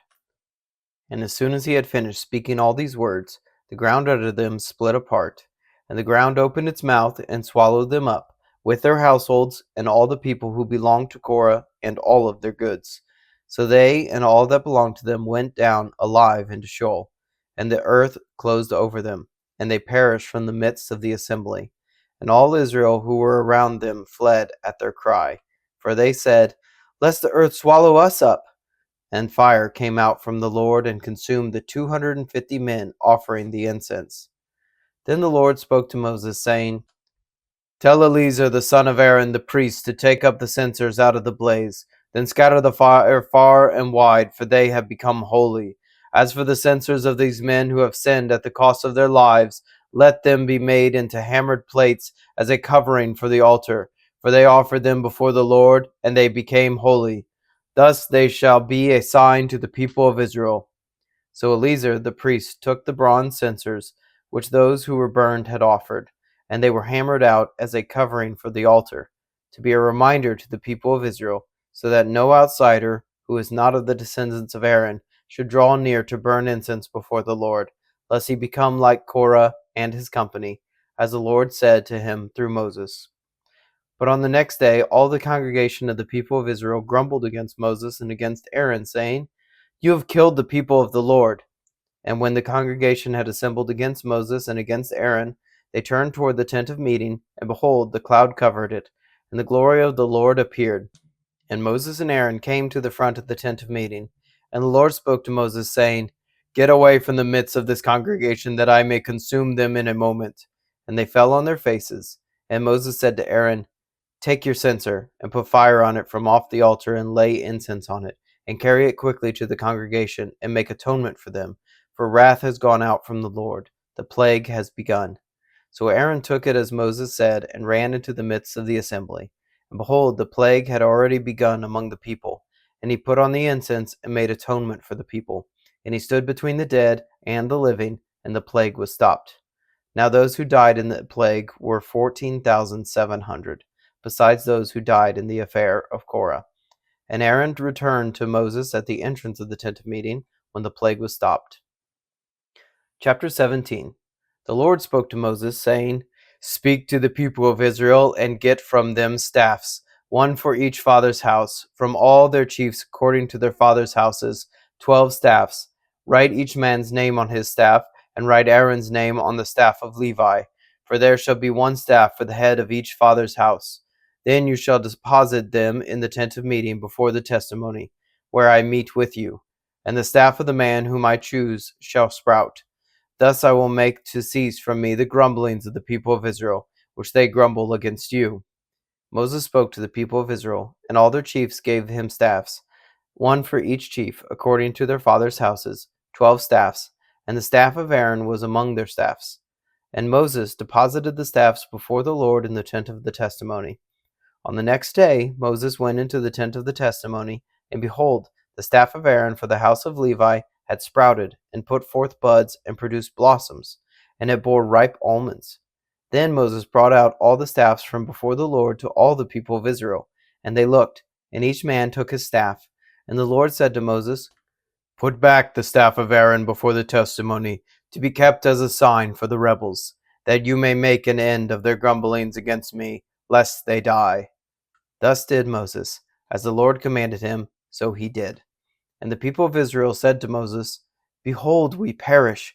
We are undone. We are all undone. Everyone who comes near to the tabernacle of the Lord, shall die. Are we all to perish?" Chapter 18. So the Lord said to Aaron, "You and your sons and your father's house with you shall bear iniquity connected with the sanctuary, and you and your sons with you shall bear iniquity connected with your priesthood. And with you bring your brothers also, the tribe of Levi, the tribe of your father, that they may join you and minister to you, while you and your sons with you are before the tent of the testimony. They shall keep guard over you and over the whole tent, but shall not come near to the vessels of the sanctuary or to the altar, lest they and you die. They shall join you and keep guard over the tent of meeting for all the service of the tent, and no outsider shall come near you. And you shall keep guard over the sanctuary and over the altar, that there may never again be wrath on the people of Israel.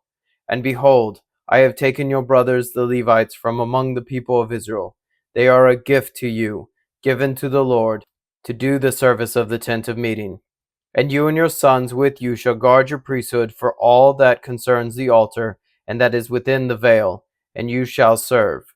I give your priesthood as a gift, and any outsider who comes near shall be put to death."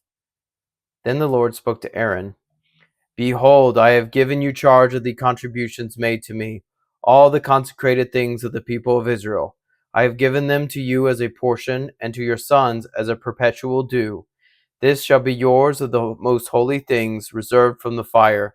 Every offering of theirs, every grain offering of theirs, and every sin offering of theirs, and every guilt offering of theirs, which they render to me, shall be most holy to you and to your sons. In a most holy place shall you eat it. Every male may eat it, it is holy to you. This also is yours, the contribution of their gift, all the wave offerings of the people of Israel. I have given them to you and to your sons and daughters with you, as a perpetual due. Everyone who is clean in your house may eat it. All the best of the oil, and all the best of the wine and of the grain, the first fruits of what they give to the Lord, I give to you. The first ripe fruits of all that is in their land, which they bring to the Lord, shall be yours. Everyone who is clean in your house may eat it. Every devoted thing in Israel shall be yours. Everything that opens the womb of all flesh, whether man or beast, which they offer to the Lord, shall be yours. Nevertheless, the firstborn of man you shall redeem, and the firstborn of unclean animals you shall redeem. And their redemption price, at a month old you shall redeem them. You shall fix at 5 shekels in silver, according to the shekel of the sanctuary, which is 20 gerah. But the firstborn of a cow, or the firstborn of a sheep, or the firstborn of a goat, you shall not redeem. They are holy. You shall sprinkle their blood on the altar, and shall burn their fat as a good offering, with a pleasing aroma to the Lord. But their flesh shall be yours, as the breast that is waved, and as the right thigh are yours. All the holy contributions that the people of Israel present to the Lord I give to you, and to your sons and daughters with you, as a perpetual due. It is a covenant of salt forever before the Lord for you and for your offspring with you. And the Lord said to Aaron, You shall have no inheritance in their land, neither shall you have any portion among them.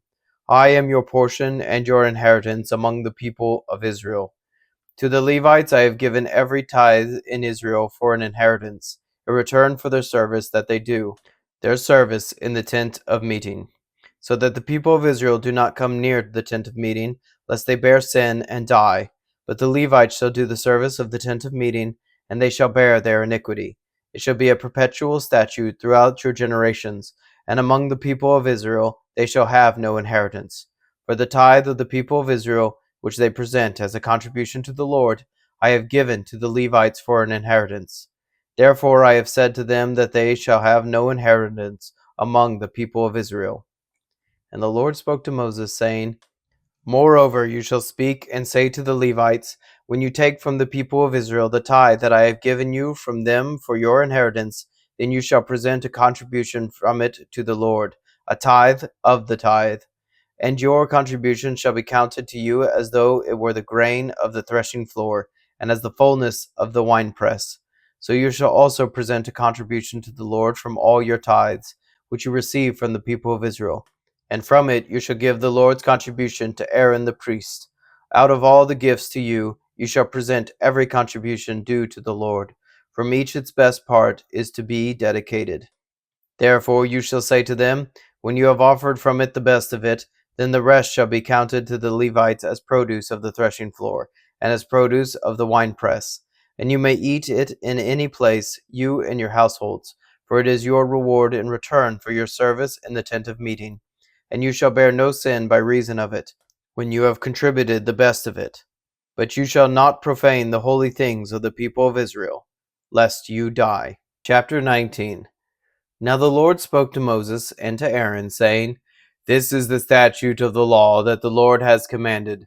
Tell the people of Israel to bring you a red heifer without defect, in which there is no blemish, and on which a yoke has never come.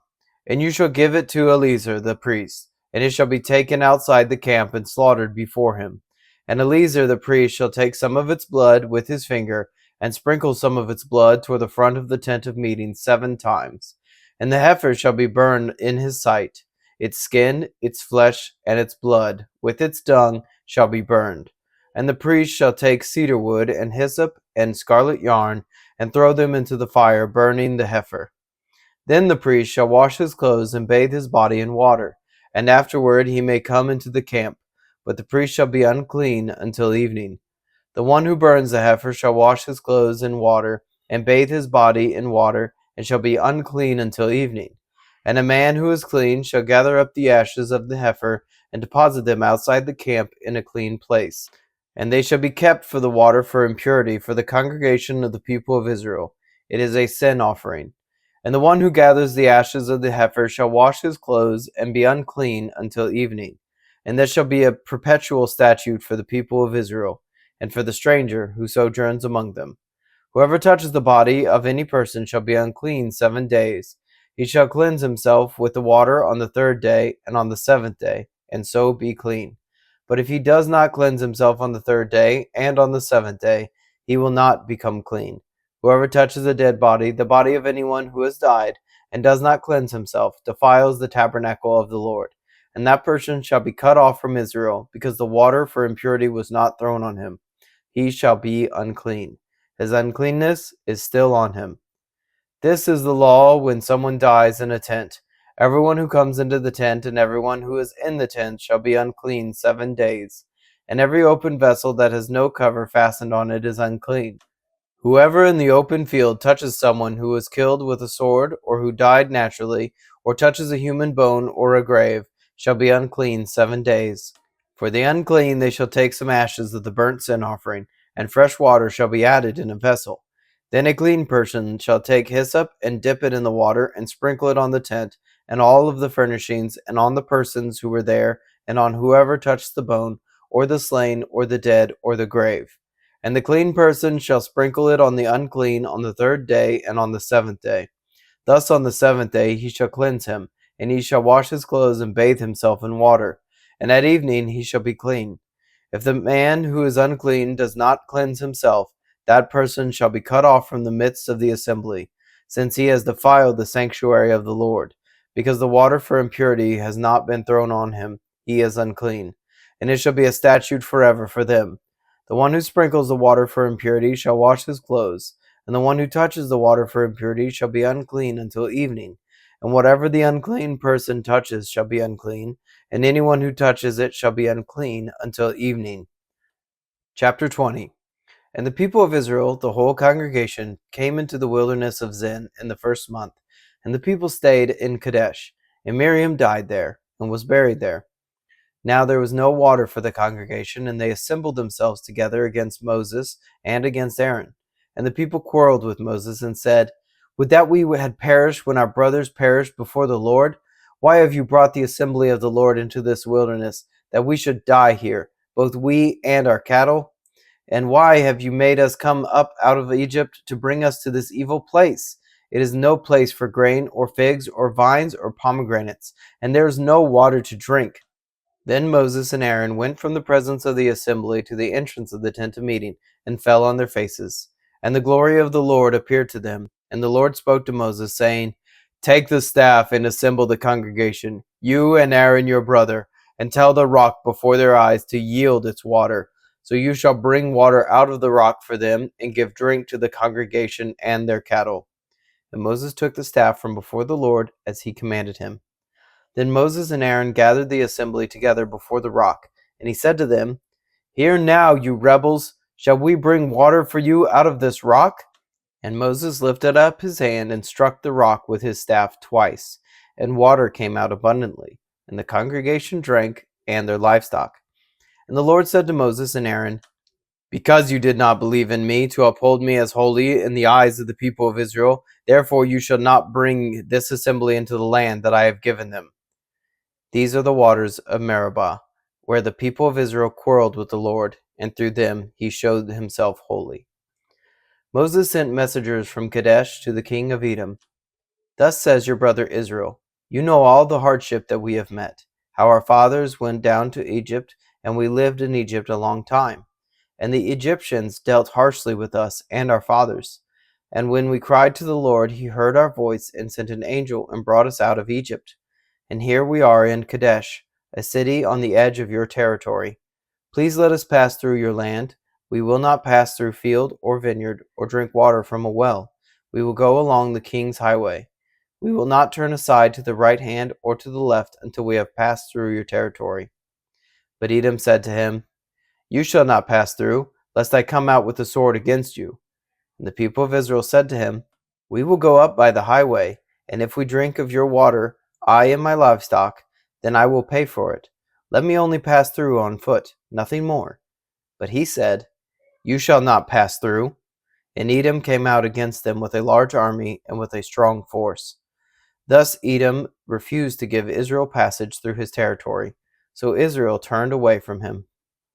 And they journeyed from Kadesh, and the people of Israel, the whole congregation, came to Mount Hor. And the Lord said to Moses and Aaron at Mount Hor, on the border of the land of Edom, "Let Aaron be gathered to his people, for he shall not enter the land that I have given to the people of Israel, because you rebelled against my command at the waters of Meribah. Take Aaron and Eleazar his son, and bring them up to Mount Hor. And strip Aaron of his garments, and put them on Eleazar his son. And Aaron shall be gathered to his people, and shall die there." Moses did as the Lord commanded, and they went up Mount Hor in the sight of all the congregation. And Moses stripped Aaron of his garments, and put them on Eleazar his son. And Aaron died there on top of the mountain. Then Moses and Eleazar came down from the mountain. And when all the congregation saw that Aaron had perished, all the house of Israel wept for Aaron 30 days. Chapter 21. When the Canaanite, the king of Arad, who lived in the Negeb, heard that Israel was coming by the way of Arathim, he fought against Israel, and took some of them captive. And Israel vowed a vow to the Lord, and said, "If you will indeed give this people into my hand, then I will devote their cities to destruction." And the Lord heeded the voice of Israel, and gave over the Canaanites, and they devoted them and their cities to destruction. So the name of the place was called Hormah. From Mount Hor they set out by the way to the Red Sea, to go around the land of Edom. And the people became impatient on the way, and the people spoke against God and against Moses. "Why have you brought us up out of Egypt to die in the wilderness? For there is no food and no water, and we loathe this worthless food." Then the Lord sent fiery serpents among the people, and they bit the people, so that many people of Israel died. And the people came to Moses and said, "We have sinned, for we have spoken against the Lord and against you. Pray to the Lord that he take away the serpents from us." So Moses prayed for the people. And the Lord said to Moses, "Make a fiery serpent and set it on a pole, and everyone who is bitten, when he sees it, shall live." So Moses made a bronze serpent and set it on a pole. And if a serpent bit anyone, he would look at the bronze serpent and live. And the people of Israel set out and camped in Oboth. And they set out from Oboth and camped in Abiram, in the wilderness that is opposite Moab, toward the sunrise. From there they set out and camped in the valley of Zered. From there they set out and camped on the other side of the Arnon, which is in the wilderness that extends from the border of the Amorites. For Arnon is the border of Moab, between Moab and the Amorites. Therefore it is said in the book of the wars of the Lord, "Weheb in Supah, in the valleys of the Arnon, and the slope of the valleys that extends to the seat of Ar, and leads to the border of Moab." And from there they continued to Beer. That is the well of which the Lord said to Moses, "Gather the people together, so that I may give them water." Then Israel sang this song: "Spring up, O well, sing to it, the well that the princes made, that the nobles of the people dug, with the scepter and with their staffs." And from the wilderness they went on to Mattanah, and from Mattanah to Nahalil, and from Nahalil to Bamoth, and from Bamoth to the valley lying in the region of Moab, by the top of Pisgah that looks down on the desert. Then Israel sent messengers to Sihon, king of the Amorites, saying, "Let me pass through your land. We will not turn aside into field or vineyard. We will not drink the water of a well. We will go by the king's highway until we have passed through your territory." But Sihon would not allow Israel to pass through his territory. He gathered all his people together and went out against Israel to the wilderness, and came to Jahaz, and fought against Israel. And Israel defeated him with the edge of the sword, and took possession of his land from the Arnon to the Jabbok, as far as to the Ammonites, for the border of the Ammonites was strong. And Israel took all these cities, and Israel settled in all the cities of the Amorites, in Heshbon, and in all its villages. For Heshbon was the city of Sihon, the king of the Amorites, who had fought against the former king of Moab, and taken all his land out of his hand, as far as the Arnon. Therefore the ballad singers say, "Come to Heshbon, let it be built, let the city of Sihon be established. For fire came out from Heshbon, flame from the city of Sion. It devoured Ar of Moab, and swallowed the heights of the Arnon. Woe to you, O Moab! You are undone, O people of Chemosh. He has made his sons fugitives, and his daughters captives, to an Amorite king, Sihon. So we overthrew them. Heshbon, as far as Dibon, perished, and we laid waste as far as Naphah. Fire spread as far as Medeba. Thus Israel lived in the land of the Amorites. And Moses sent to spy out Jazer, and they captured its villages and disposed of the Amorites who were there. And then they turned and went up by the way of Bashan. And Og, the king of Bashan, came out against them, he and all his people, to battle at Edrei. But the Lord said to Moses, Do not fear him, for I have given him into your hand, and all his people and his land. And you shall do to him as you did to Sihon, king of the Amorites, who lived at Heshbon. So they defeated him and his sons and all his people until he had no survivor left, and they possessed his land. Chapter 22. Then the people of Israel set out and camped in the plains of Moab, beyond the Jordan at Jericho. And Balak the son of Zippor saw all that Israel had done to the Amorites, and Moab was in great dread of the people, because they were many. Moab was overcome with fear of the people of Israel. And Moab said to the elders of Midian, This horde will now lick up all that is around us, as the ox licks up the grass in the field. So Balak the son of Zippor, who was king of Moab at that time, sent messengers to Balaam the son of Beor at Pethor, which is near the river in the land of the people of Ammon, to call him, saying, Behold, a people has come out of Egypt. They cover the face of the earth, and they are dwelling opposite me. Come now, curse this people for me, since they are too mighty for me. Perhaps I shall be able to defeat them and drive them from the land. For I know that he whom you bless is blessed, and he whom you curse is cursed. So the elders of Moab and the elders of Midian departed with the fees for divination in their hand. And they came to Balaam and gave him Balak's message. And he said to them, Lodge here tonight, and I will bring back word to you, as the Lord speaks to me. So the princes of Moab stayed with Balaam. And God came to Balaam and said, Who are these men with you? And Balaam said to God, Balak the son of Zippor, king of Moab, has sent to me, saying, Behold, a people has come out of Egypt, and it covers the face of the earth. Now come, curse them for me. Perhaps I shall be able to fight against them and drive them out. God said to Balaam, You shall not go with them. You shall not curse the people, for they are blessed. So Balaam rose in the morning and said to the princes of Balak, Go to your own land, for the Lord has refused to let me go with you. So the princes of Moab rose and went to Balak and said, Balaam refuses to come with us. Once again Balak sent princes, more in number and more honorable than these.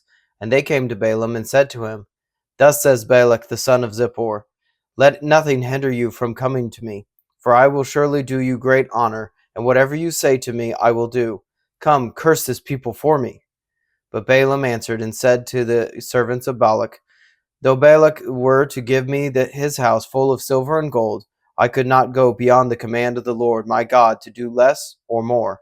So you too, please stay here tonight, that I may know what more the Lord will say to me. And God came to Balaam that night and said to him, If the men have come to call you, rise, go with them, but only do what I tell you. So Balaam rose in the morning and saddled his donkey and went with the princes of Moab.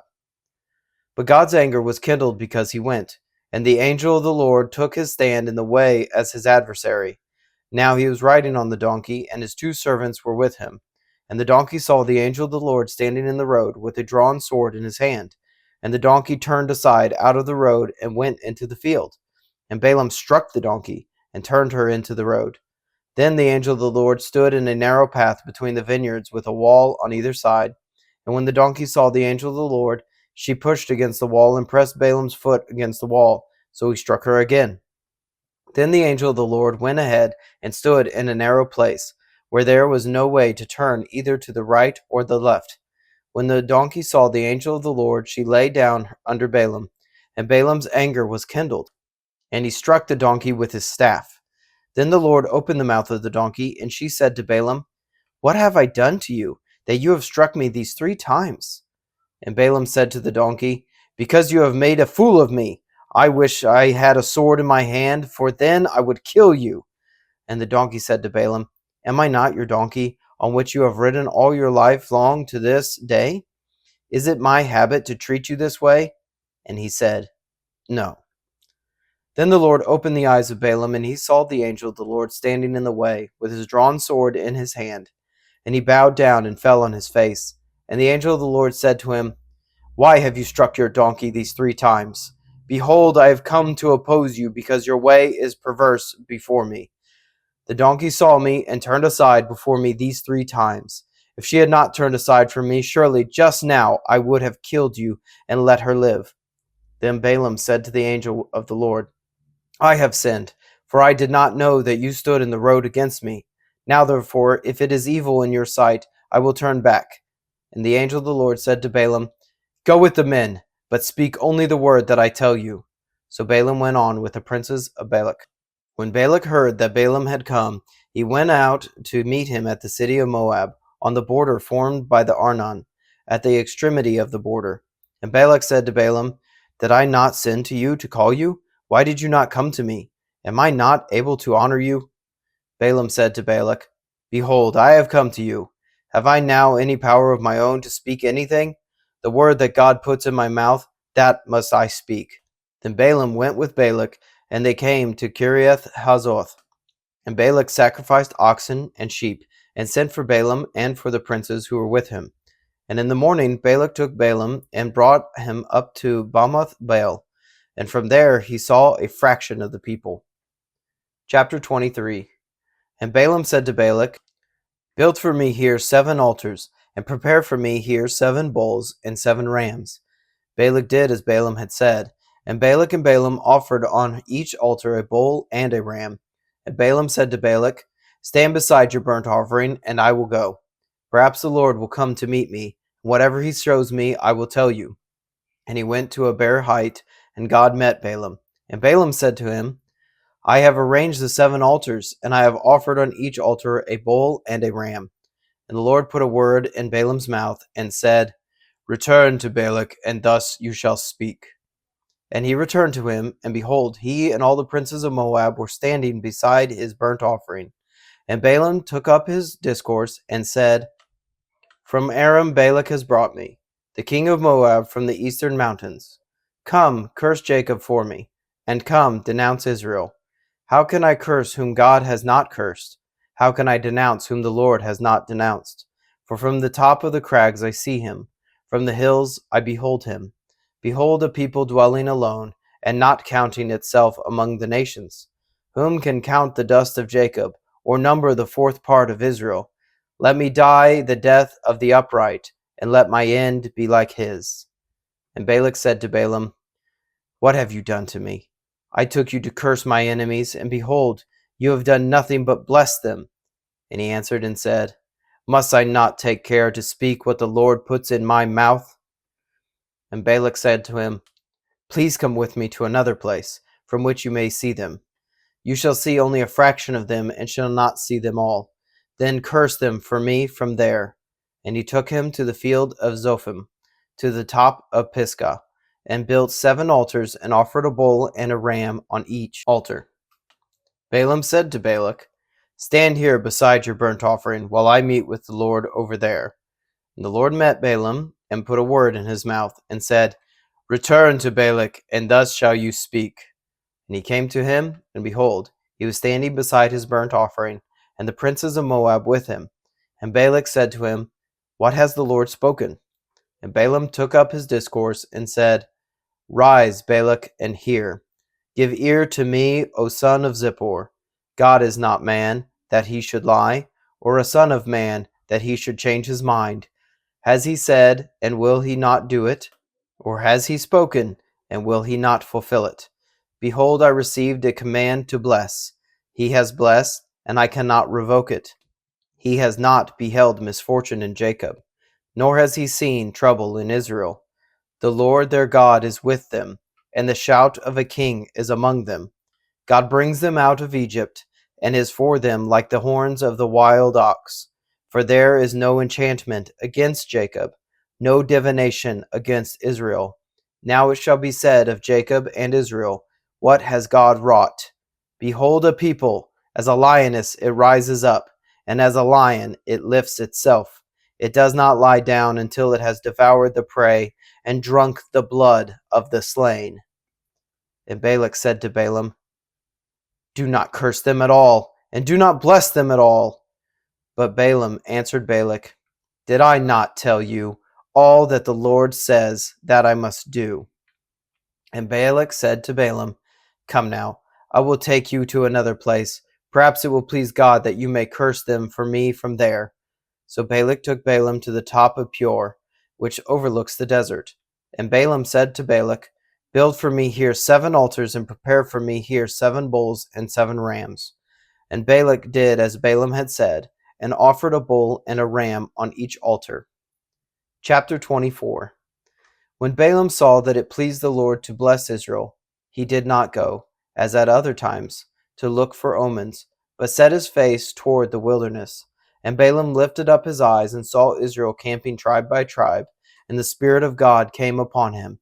And he took up his discourse and said, The oracle of Balaam the son of Beor, the oracle of the man whose eye is opened, the oracle of him who hears the words of God, who sees the vision of the Almighty, falling down with his eyes uncovered. How lovely are your tents, O Jacob, your encampments, O Israel, like palm groves that stretch afar, like gardens beside a river, like aloes that the Lord has planted, like cedar trees beside the waters. Water shall flow from his buckets, and his seas shall be in many waters. His king shall be higher than Agag, and his kingdom shall be exalted. God brings him out of Egypt, and is for him like the horns of the wild ox. He shall eat up the nations, his adversaries, and he shall break their bones in pieces, and pierce them through with his arrows. He crouched, he lay down like a lion, and like a lioness who will rouse him up. Blessed are those who bless you, and cursed are those who curse you.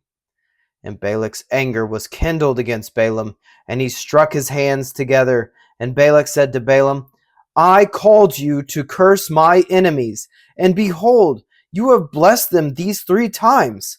Therefore now flee to your own place. I said, I will certainly honor you, but the Lord has held you back from honor. And Balaam said to Balak, Did I not tell your messengers whom you sent to me? If Balak should give me his house full of silver and gold, I would not be able to go beyond the word of the Lord, to do either good or bad of my own will. What the Lord speaks, that will I speak. And now, behold, I am going to my people. Come, I will let you know what this people will do to your people in the latter days. And he took up his discourse and said, The oracle of Balaam the son of Beor, the oracle of the man whose eye is opened, the oracle of him who hears the words of God, and knows the knowledge of the Most High, who sees the vision of the Almighty, falling down with his eyes uncovered. I see him, but not now. I behold him, but not near. A star shall come out of Jacob, and a scepter shall rise out of Israel. It shall crush the forehead of Moab, and break down all the sons of Sheth. Edom shall be dispossessed. Seir also, his enemies, shall be dispossessed.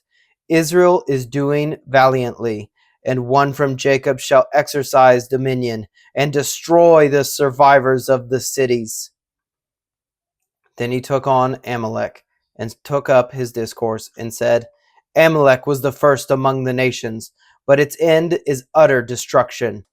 And he looked on the Kenite, and took up his discourse, and said, Enduring is your dwelling place, and your nest is set in the rock. Nevertheless, Cain shall be burned, when Asher takes you away captive. And he took up his discourse, and said, Alas, who shall live when God does this? But ships shall come from Kittim, and shall afflict Asher and Eber, and he too shall come to utter destruction. Then Balaam rose and went back to his place, and Balak also went his way. Chapter 25. While Israel lived in Shittim, the people began to whore with the daughters of Moab. These invited the people to sacrifices of their gods, and the people ate and bowed down to their gods. So Israel yoked himself to Baal of Peor, and the anger of the Lord was kindled against Israel. And the Lord said to Moses, "Take all the chiefs of the people and hang them in the sun before the Lord, that the fierce anger of the Lord may turn away from Israel." And Moses said to the judges of Israel, "Each of you kill those of his men who have yoked himself to Baal of Peor." And behold, one of the people of Israel came and brought a Midianite woman to his family, in the sight of Moses and in the sight of the whole congregation of the people of Israel, while they were weeping in the entrance of the tent of meeting. When Phinehas, the son of Eleazar, the son of Aaron the priest, saw it, he rose and left the congregation, and took a spear in his hand, and went after the man of Israel into the chamber, and pierced both of them, the man of Israel and the woman, through her belly. Thus the plague on the people of Israel was stopped. Nevertheless, those who died by the plague were 24,000. And the Lord said to Moses, "Phinehas, the son of Eleazar, son of Aaron the priest, has turned back my wrath from the people of Israel, and that he was jealous with my jealousy among them, so that I did not consume the people of Israel in my jealousy. Therefore say, Behold, I give to him my covenant of peace, and it shall be to him and to his descendants after him the covenant of a perpetual priesthood, because he was jealous for his God and made atonement for the people of Israel." The name of the slain man of Israel, who was killed with the Midianite woman, was Zimri, the son of Salu, chief of a father's house, belonging to the Simeonites.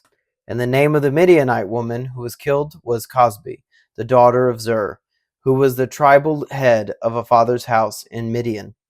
And the Lord spoke to Moses, saying, "Harass the Midianites and strike them down, for they have harassed you with their wiles, with which they beguiled you in the matter of Peor, and in the matter of Cosbi, the daughter of the chief of Midian, their sister, who was killed on the day of the plague on account of Peor."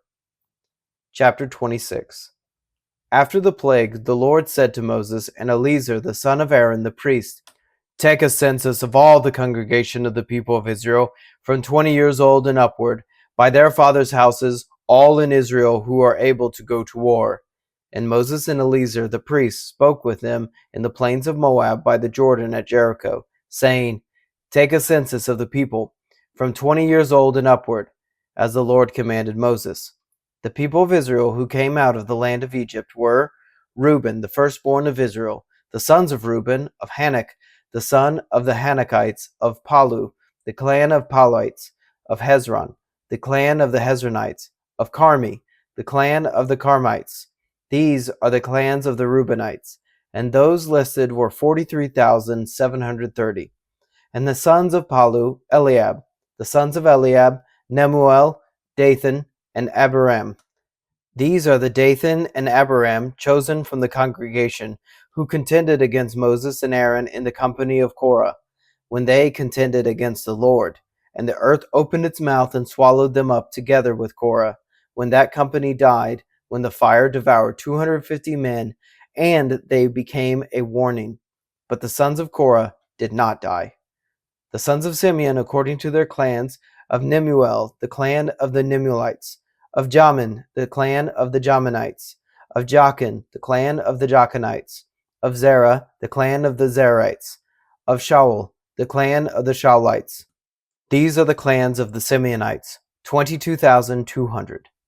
The sons of Gad, according to their clans, of Zephon, the clan of the Zephonites, of Haggai, the clan of the Haggites, of Shuni, the clan of the Shunites, of Ozni, the clan of the Oznites, of Eri, the son of Erites, of Arad, the son of Aradites, the Ariel, the clan of the Arelites. These are the clans of the sons of Gad, as they were listed, 40,500. The sons of Judah were and Onan. And and Onan died in the land of Canaan. And the sons of Judah, according to their clans, were of Shelah, the clan of the Shelites, of Perez, the clan of the Perizzites, of Zerah, the clan of the Zerites. And the sons of Perez were of Hezron, the clan of the Hezronites, of Hamul, the clan of the Hamalites. These are the clans of Judah as they were listed, 76,500. The sons of Issachar according to their clans: of Tola, the clan of the Tolites; of Puzha, the clan of the Punites; of Jashub, the clan of the Joshabites; of Shimron, the clan of the Shimonites. These are the clans of Issachar as they were listed, 64,300. The sons of Zebulun according to their clans: of Sered, the clan of the Seredites; of Elon, the son of the Elonites; of Jaleel, the clan of the Jalelites. These are the clans of Zebulunites as they were listed, 60,500. The sons of Joseph according to their clans: Manasseh and Ephraim. The sons of Manasseh: of Mashir, the clan of the Mashirites. And Mashir was the father of Gilead; of Gilead, the clan of the Gileadites. These are the sons of Gilead: Iezer, the clan of the Iezerites; of Helek, the clan of the Helekites; and Azrael, the clan of the Azraelites; and of Shechem, the clan of the Shechemites; and of Shemida, the clan of the Shemidites; and of Hepher, the clan of the Hepherites. Now Zelophehad, the son of Hepher, had no sons, but daughters. And the names of the daughters of Zelophehad were Mahlah, Noah, Haglah, Milcah, and Tirzah. These are the clans of Manasseh, and those listed were 52,700. These are the sons of Ephraim according to their clans: of Shuthelah, the clan of the Shuthalites; of Becher, the clan of the Becherites; of Tahan, the clan of the Tahanites. And these are the sons of Shethulah; of Aaron, the clan of the Aaronites. These are the clans of the sons of Ephraim as they were listed, 32,500. These are the sons of Joseph according to their clans. The sons of Benjamin according to their clans: of Bela, the clan of the Belites; of Ashbel, the clan of the Ashbelites; of Ahiram, the clan of the Ahiramites; of Shephupham, the clan of the Shuphamites; of Hopham, the clan of the Huphamites.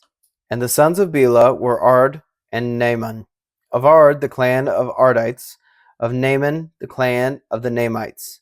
These are the sons of Benjamin according to their clans, and those listed were 45,600. These are the sons of Dan according to their clans: of Shuam, the clan of the Shuamites. These are the clans of Dan according to their clans. All the clans of Shuamites, as they were listed, were 64,400.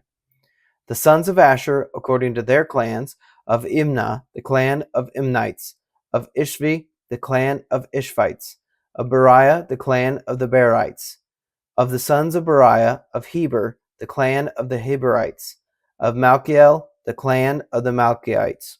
And the sons of the daughters of Asher was Sarah. These were the clans of the sons of Asher as they were listed, 53,400. The sons of Naphtali according to their clans: of Jaziel, the clan of the Jazielites; of Guni, the clan of the Gunites; of Jezer, the clan of the Jezerites; of Shillem, the clan of the Shillemites. These are the clans of Naphtali according to their clans, and those listed were 45,400. This was the list of the people of Israel, 601,730. The Lord spoke to Moses, saying, Among these the land shall be divided for inheritance according to the number of names. To a large tribe you shall give a large inheritance, and to a small tribe you shall give a small inheritance. Every tribe shall be given its inheritance in proportion to its list. But the land shall be divided by lot. According to the names of the tribes of their fathers, they shall inherit. Their inheritance shall be divided according to lot between the larger and the smaller. This was the list of the Levites according to their clans: of Gershon, the clan of the Gershonites; of Kohath, the clan of the Kohathites; of Merari, the clan of the Merarites. These are the clans of Levi: the clan of the Libnites, the clan of the Hebronites, the clan of the Malites, the clan of the Mushites, the clan of the Korites. And Kohath was the father of Amram. The name of Amram's wife was Jochebed, the daughter of Levi, who was born to Levi in Egypt. And she bore to Amram Aaron and Moses, and Miriam their sister. And to Aaron were born Nadab, Abihu, Eleazar, and Ithamar. But Nadab and Abihu died when they offered unauthorized fire before the Lord, and those listed were 23,000, every male from a month old and upward, for they were not listed among the people of Israel, because there was no inheritance given to them among the people of Israel. These were those listed by Moses and Eleazar the priest, who listed the people of Israel in the plains of Moab by the Jordan at Jericho. But among these there was not one of those listed by Moses and Aaron the priest, who had listed the people of Israel in the wilderness of Sinai. For the Lord had said to them, "They shall die in the wilderness." Not one of them was left, except Caleb the son of Jephunneh and Joshua the son of Nun. Chapter 27. Then drew near the daughters of Zelophehad, the son of Hepher, the son of Gilead, the son of Machir, son of Manasseh, from the clans of Manasseh, the son of Joseph. The names of his daughters were Mahlah, Noah, Hoglah, Milcah, and Tirzah. And they stood before Moses and before Eleazar the priest, and before the chiefs and all the congregation, at the entrance of the tent of meeting, saying, "Our father died in the wilderness. He was not among the company of those who gathered themselves together against the Lord in the company of Korah, but died for his own sin, and he had no sons. Why should the name of our father be taken away from his clan because he had no son? Give to us a possession among our father's brothers." Moses brought their case before the Lord. And the Lord said to Moses, "The daughters of Zelophehad are right. You shall give them possession of an inheritance among their father's brothers, and transfer the inheritance of their father to them. And you shall speak to the people of Israel, saying, If a man dies and has no son, then you shall transfer his inheritance to his daughter. And if he has no daughter, then you shall give his inheritance to his brothers. And if he has no brothers, then you shall give his inheritance to his father's brothers. And if his father has no brothers, then you shall give his inheritance to the nearest kinsman of his clan, and he shall possess it. And it shall be for the people of Israel a statute and rule, as the Lord commanded Moses." The Lord said to Moses, "Go up into this mountain of Abarim, and see the land that I have given to the people of Israel. When you have seen it, you also shall be gathered to your people, as your brother Aaron was, because you rebelled against my word in the wilderness of Zin, when the congregation quarreled, failing to uphold me as holy at the waters before their eyes. These are the waters of Meribah of Kadesh in the wilderness of Zin." Moses spoke to the Lord, saying, "Let the Lord, the God of the spirits of all flesh, appoint a man over the congregation, who shall go out before them and come in before them, who shall lead them out and bring them in, that the congregation of the Lord may not be as sheep that have no shepherd." So the Lord said to Moses, "Take Joshua the son of Nun, a man in whom is the Spirit, and lay your hand on him. Make him stand before Eleazar the priest and all of the congregation, and you shall commission him in their sight. You shall invest him with some of your authority, that all the congregation of the people of Israel may obey. And he shall stand before Eleazar the priest, who shall inquire for him by the judgment of Urim before the Lord. At his word they shall go out, and at his word they shall come in, both he and all the people of Israel with him, the whole congregation." And Moses did as the Lord commanded him. He took Joshua and made him stand before Eleazar the priest and the whole congregation. And he laid his hands on him and commissioned him as the Lord directed through Moses. Chapter 28. The Lord spoke to Moses, saying, "Command the people of Israel and say to them, My offering, my food for my food offerings, my pleasing aroma, you shall be careful to offer to me at its appointed time. And you shall say to them, This is the food offering that you shall offer to the Lord, 2 male lambs a year old without blemish, day by day, as a regular offering. The one lamb you shall offer in the morning, and the other lamb you shall offer at twilight.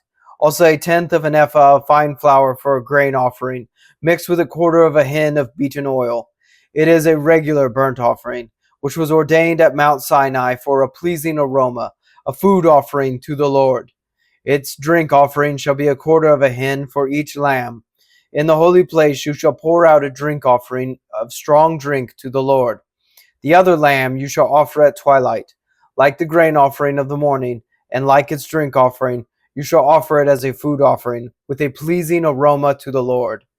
On the Sabbath day, 2 male lambs, a year old, without blemish, and 2/10 of an ephah of fine flour for grain offering, mixed with oil, and its drink offering. This is the burnt offering of every Sabbath, besides the regular burnt offering and its drink offering. At the beginnings of your months you shall offer a burnt offering to the Lord, 2 bulls from the herd, 1 ram, 7 male lambs a year old without blemish, all 3/10 of an ephah of fine flour for a grain offering, mixed with oil for each bull, and 2/10 of fine flour for a grain offering, mixed with oil for the 1 ram, and 1/10 of fine flour mixed with oil as a grain offering for every lamb, for a burnt offering with a pleasing aroma, a food offering to the Lord. Their drink offering shall be half a hin of wine for a bull, a third of a hin for a ram, and a quarter of a hin for a lamb. This is the burnt offering of each month throughout the months of the year. Also 1 male goat for a sin offering to the Lord. It shall be offered besides the regular burnt offering and its drink offering. On the 14th day of the first month is the Lord's Passover, and on the 15th day of this month is a feast. 7 days shall unleavened bread be eaten. On the first day there shall be a holy convocation. You shall not do any ordinary work, but offer a food offering, a burnt offering to the Lord. 2 bulls from the herd, 1 ram, and 7 male lambs a year old. See that they are without blemish. Also their grain offering of fine flour mixed with oil. 3/10 of an ephah shall you offer for a bull, and 2/10 for a ram. 1/10 you shall offer for each of the 7 lambs. Also 1 male goat for a sin offering, to make atonement for you. You shall offer these besides the burnt offering of the morning, which is for a regular burnt offering. In the same way you shall offer daily for 7 days the food of a food offering, with a pleasing aroma to the Lord.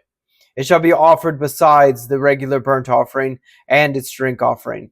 And on the 7th day you shall have a holy convocation. You shall not do any ordinary work. On the day of the first fruits, when you offer a grain offering of new grain to the Lord at your feast of weeks, you shall have a holy convocation. You shall not do any ordinary work, but offer a burnt offering with a pleasing aroma to the Lord. 2 bulls from the herd, 1 ram, 7 male lambs a year old. Also their grain offering of fine flour mixed with oil, 3/10 of an ephah for each bull, 2/10 for 1 ram, 1/10 for each of the 7 lambs, with 1 male goat to make atonement for you. Besides the regular burnt offering and its grain offering, you shall offer them and their drink offering. See that they are without blemish. Chapter 29.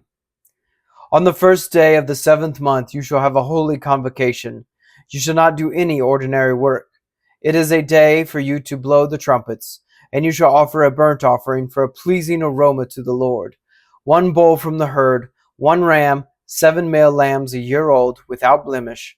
All their grain offering of fine flour mixed with oil, 3/10 of an ephah for the bull, 2/10 for the ram, and 1/10 for each of the 7 lambs, with 1 male goat for a sin offering, to make atonement for you. Besides the burnt offering of the new moon and its grain offering, and the regular burnt offering and its grain offering, and their drink offering according to the rule for them, for a pleasing aroma, a food offering to the Lord. On the 10th day of this 7th month you shall have a holy convocation, and afflict yourselves. You shall do no work, but you shall offer a burnt offering to the Lord, a pleasing aroma, 1 bull from the herd, 1 ram, 7 male lambs a year old. See that they are without blemish. And their grain offering shall be of fine flour mixed with oil, 3/10 of an ephah for the bull, 2/10 for the ram, 1/10 for each of the 7 lambs. Also 1 male goat for a sin offering, besides the sin offering of atonement, and the regular burnt offering and its grain offering, and their drink offerings. On the 15th day of the 7th month you shall have a holy convocation.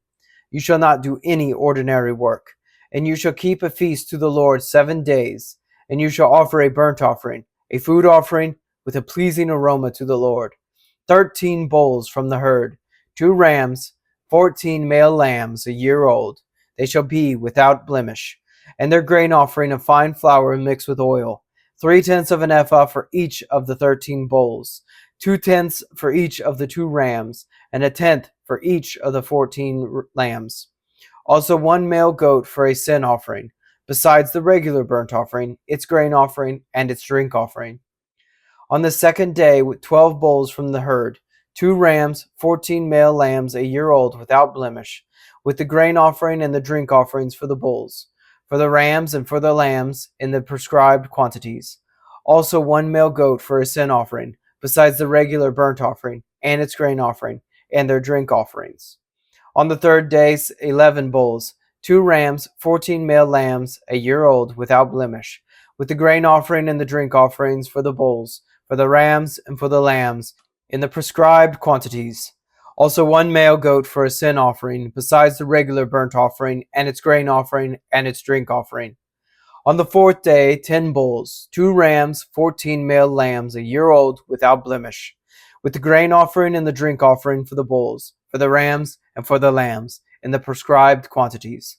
Also 1 male goat for a sin offering, besides the regular burnt offering, its grain offering, and its drink offering. On the fifth day, 9 bulls, 2 rams, 14 male lambs a year old without blemish, with the grain offering and the drink offerings for the bulls, for the rams, and for the lambs, in the prescribed quantities. Also 1 male goat for a sin offering, besides the regular burnt offering and its grain offering and its drink offering. On the sixth day, 8 bulls, 2 rams, 14 male lambs a year old without blemish, with the grain offering and the drink offerings for the bulls, for the rams, and for the lambs, in the prescribed quantities. Also 1 male goat for a sin offering, besides the regular burnt offering, its grain offering, and its drink offerings. On the seventh day, 7 bulls, 2 rams, 14 male lambs a year old without blemish, with the grain offering and the drink offerings for the bulls, for the rams, and for the lambs, in the prescribed quantities. Also 1 male goat for a sin offering, besides the regular burnt offering, its grain offering, and its drink offering. On the 8th day you shall have a solemn assembly. You shall not do any ordinary work, but you shall offer a burnt offering, a food offering, with a pleasing aroma to the Lord.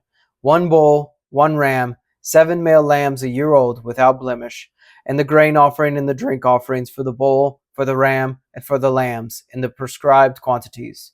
Also 1 male goat for a sin offering, besides the regular burnt offering, and its grain offering, and its drink offering.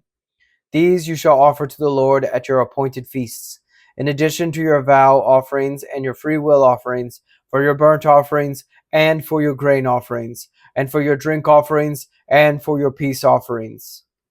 So Moses told the people of Israel everything just as the Lord had commanded Moses.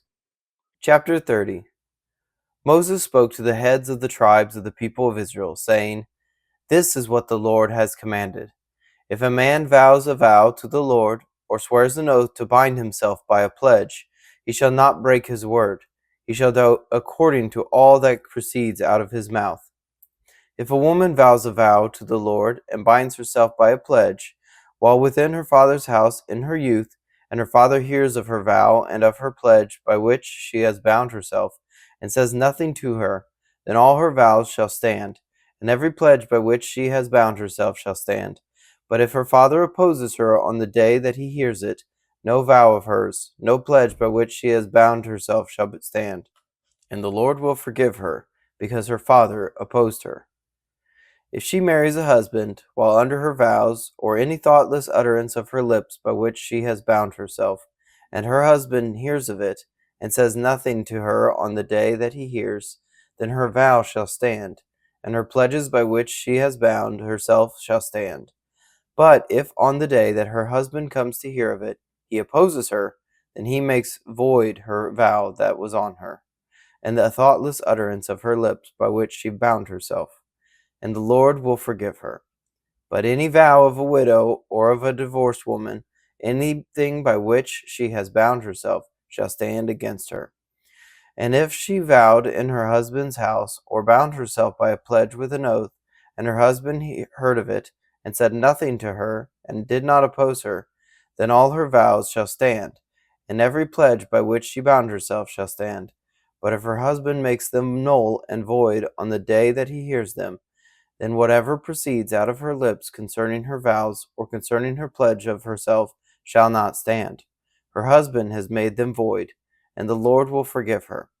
any vow and any binding oath to afflict herself, her husband may establish, or her husband may make void. But if her husband says nothing to her from day to day, then he establishes all her vows or all her pledges that are upon her. He has established them because he said nothing to her on the day that he heard of them.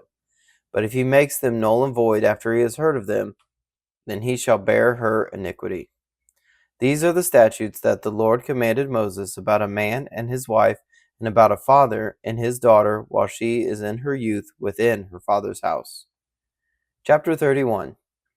The Lord spoke to Moses, saying, Avenge the people of Israel on the Midianites. Afterward you shall be gathered to your people. So Moses spoke to the people, saying, Arm men from among you for the war, that they may go against Midian to execute the Lord's vengeance on Midian. You shall send 1,000 from each of the tribes of Israel to the war. So there were provided out of the thousands of Israel 1,000 from each tribe, 12,000 armed for war. And Moses sent them to the war, 1,000 from each tribe, together with Phinehas, the son of Eleazar the priest, with the vessels of the sanctuary and the trumpets for the alarm in his hand.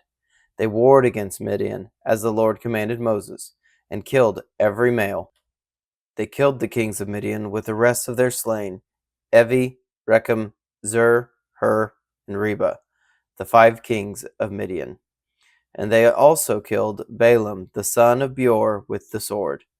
And the people of Israel took captive the women of Midian and their little ones, and they took as plunder all their cattle, their flocks, and all their goods, all their cities and the places where they lived, and all their encampments.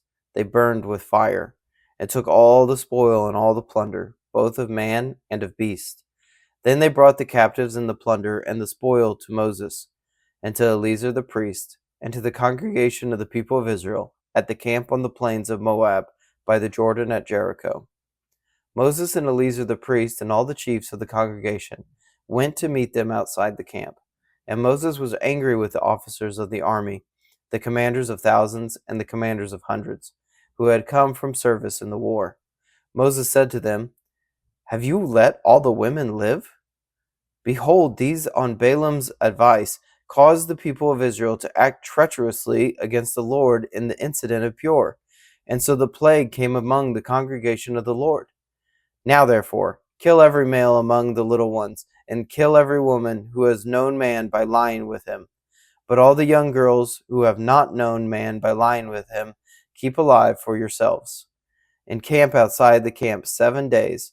Whoever of you has killed any person, and whoever has touched any slain, purify yourselves and your captives on the 3rd day and on the 7th day. You shall purify every garment, every article of skin, all work of goat's hair, and every article of wood. Then Eleazar the priest said to the men in the army who had gone to the battle, This is the statute of the law that the Lord has commanded Moses.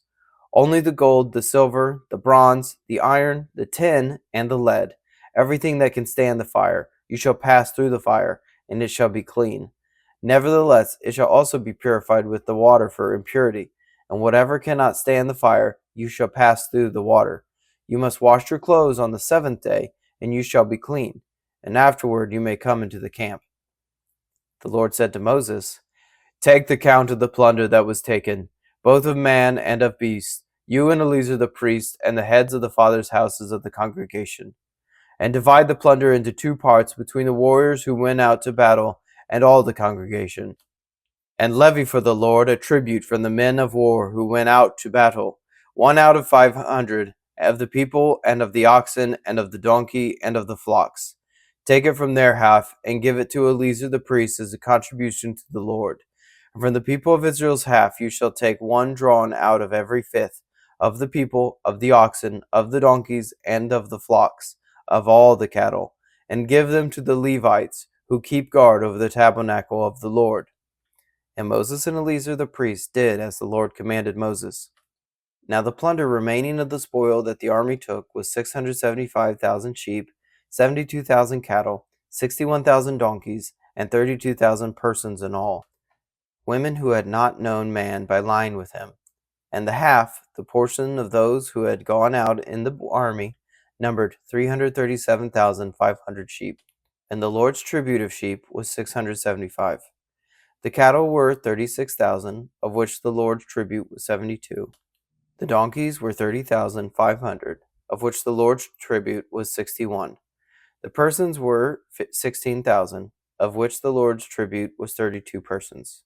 And Moses gave the tribute, which was the contribution for the Lord, to Eleazar the priest, as the Lord commanded Moses. From the people of Israel's half, which Moses separated from that of the men who had served in the army, now the congregation's half was 337,500 sheep, 36,000 cattle, and 30,500 donkeys, and 16,000 persons.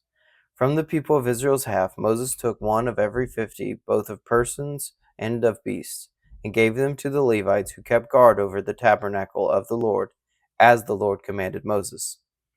Then the officers who were over the thousands of the army, the commanders of thousands, and the commanders of hundreds, who came near to Moses, and said to Moses, Your servants have counted the men of army who are under our command, and there is not a man missing from us. And we have brought the Lord's offering, what each man found, articles of gold, armlets and bracelets, signet rings, earrings, and beads, to make atonement for ourselves before the Lord. And Moses and Eleazar, the priest, received from them the gold, all crafted articles, and all the gold of the contribution that they presented to the Lord from the commanders of thousands and the commanders of hundreds was 16,750 shekels. The men in the army had each taken plunder for himself. And Moses and Eleazar the priest received the gold from the commanders of thousands and of hundreds, and brought it into the tent of meeting as a memorial for the people of Israel before the Lord. Chapter 32. Now the people of Reuben and the people of Gad had a very great number of livestock, and they saw the land of Jazer and the land of Gilead, and behold, the place was a place for livestock. So the people of Gad and the people of Reuben came and said to Moses and to Eleazar the priest, and to the chiefs of the congregation, Adaroth, Dibon, Jazer, Nimran, Heshbon, Eliel, Sebum, Nebo, and Beon. The land that the Lord struck down before the congregation of Israel is a land for livestock, and your servants have livestock. And they said, If you have found favor in your sight, let this land be given to your servants for a possession. Do not take us across the Jordan. But Moses said to the people of Gad and to the people of Reuben, Shall your brothers go to the war while you sit here? Why will you discourage the heart of the people of Israel from going over into the land that the Lord has given them? Your fathers did this, when I sent them from Kadesh Barnea to see the land. For when they went up to the valley of Eshcol and saw the land, they discouraged the heart of the people of Israel from going into the land that the Lord had given them. And the Lord's anger was kindled on that day, and he swore, saying, Surely none of the men who came up out of Egypt from 20 years old and upward shall see the land that I swore to give to Abraham, to Isaac, and to Jacob, because they have not wholly followed me. None except Caleb the son of Jephunneh the Kenizzite, and Joshua the son of Nun, for they have wholly followed the Lord. And the Lord's anger was kindled against Israel, and he made them wander in the wilderness 40 years, until all the generation that had done evil in the sight of the Lord was gone. And behold, you have risen in your father's place, a brood of sinful men, to increase still more the fierce anger of the Lord against Israel. For if you turn away from following him, he will again abandon them in the wilderness, and you will destroy all this people. Then they came near to him and said, We will build sheepfolds here for our livestock, and cities for our little ones. But we will take up arms, ready to go before the people of Israel, until we have brought them to their place. And our little ones shall live in the fortified cities because of the inhabitants of the land. We will not return to our homes until each of the people of Israel has gained their inheritance. For we will not inherit with them on the other side of the Jordan and beyond, because our inheritance has come to us on this side of the Jordan to the east. So Moses said to them, If you will do this, if you will take up arms to go before the Lord for the war, and every armed man of you will pass over the Jordan before the Lord, until he has driven out his enemies from before him, and the land is subdued before the Lord, then after that you shall return and be free of obligation to the Lord and to Israel, and this land shall be your possession before the Lord. But if you will not do so, behold, you have sinned against the Lord, and be sure your sin will find you out. Build cities for your little ones, and folds for your sheep, and do what you have promised." And the people of Gad and the people of Reuben said to Moses, "Your servants will do as my Lord commands. Our little ones, our wives, our livestock, and all our cattle shall remain there in the cities of Gilead. But your servants will pass over, every man who is armed for battle, before the Lord to battle, as my Lord orders." So Moses gave command concerning them to Eleazar the priest, and to Joshua the son of Nun, and to the heads of the fathers' houses of the tribes of the people of Israel. And Moses said to them, "If the people of Gad and the people of Reuben, every man who is armed to battle before the Lord, will pass with you over the Jordan, and the land shall be subdued before you, then you shall give them the land of Gilead for a possession. However, if they will not pass over with you armed, they shall have possessions among you in the land of Canaan." And the people of Gad and the people of Reuben answered, "What the Lord has said to your servants we will do. We will pass over armed before the Lord into the land of Canaan, and the possession of our inheritance shall remain with us beyond the Jordan." And Moses gave to them, to the people of Gad, and to the people of Reuben, and to the half tribe of Manasseh, the son of Joseph, the kingdom of Sihon, king of the Amorites, and the kingdom of Og, king of Bashan, the land and its cities and their territories, the cities of the land throughout the country. And the people of Gad built Dibon, Adaroth, Aror, Atrosh, Shaphon, Jazer, Jogbaha, Beth Nimrah, and Beth Haran, fortified cities, and folds for sheep. And the people of Reuben built Heshbon, Elal, Kiriathaim, Nebo, and Baal Meon. Their cities were changed. And Sibmah. And they gave other names to the cities that they built. And the sons of Machir, the son of Manasseh, went to Gilead and captured it, and dispossessed the Amorites who were in it. And Moses gave Gilead to Machir, the son of Manasseh, and he settled in it. And Jair, the son of Manasseh, went and captured their villages, and called them Havoth Jair. And Nobah went and captured Kenneth and its villages, and called it Nobah, after his own name. Chapter 33. These are the stages of the people of Israel, when they went out of the land of Egypt by their companies under the leadership of Moses and Aaron. Moses wrote down their starting places, stage by stage, by command of the Lord, and these are their stages according to their starting places. They set out from Ramses in the first month, on the 15th day of the first month. On the day after the Passover, the people of Israel went out triumphantly in the sight of all the Egyptians, while the Egyptians were burying all their firstborn, whom the Lord had struck down among them. On their gods also the Lord executed judgment. So the people of Israel set out from Ramses and camped at Succoth. And they set out from Succoth and camped in Etham, which is on the edge of the wilderness. And they set out from Etham and turned back to Pi Hahiroth, which is east of Baal-Savan. And they camped before Migdol. And they set out from before Hahiroth and passed through the midst of the sea into the wilderness. And they went a 3 days' journey in the wilderness to Etham and camped at Marah. And they set out from Marah and came to Elim. At Elim there were 12 springs of water and 70 palm trees, and they camped there. And they set out from Elim and camped by the Red Sea. And they set out from the Red Sea and camped in the wilderness of Sin. And they set out from the wilderness of Sin and camped at Dophkah. And they set out from Dophkah and camped at Alush. And they set out from Alush and camped at Rephidim, where there was no water for the people to drink. And they set out from Rephidim and camped in the wilderness of Sinai. And they set out from the wilderness of Sinai and camped at Kibroth Hattaavah. And they set out from Kibroth Hattaavah and camped at Hazeroth. And they set out from Hazeroth and camped at Rithmah. And they set out from Rithmah and camped at Ramon Perez. And they set out from Ramon Perez and camped at Libnah. And they set out from Libnah and camped at Rissah. And they set out from Rissah and camped at Kehelatha. And they set out from Kehelatha and camped at Mount Shepher. And they set out from Mount Shepher and camped at Heradah. And they set out from Heradah and camped at Machaloth. And they set out from Machaloth and camped at Tahath. And they set out from Tahath and camped at Terah. And they set out from Terah and camped at Mithkah. And they set out from Mithkah and camped at Hashmanah.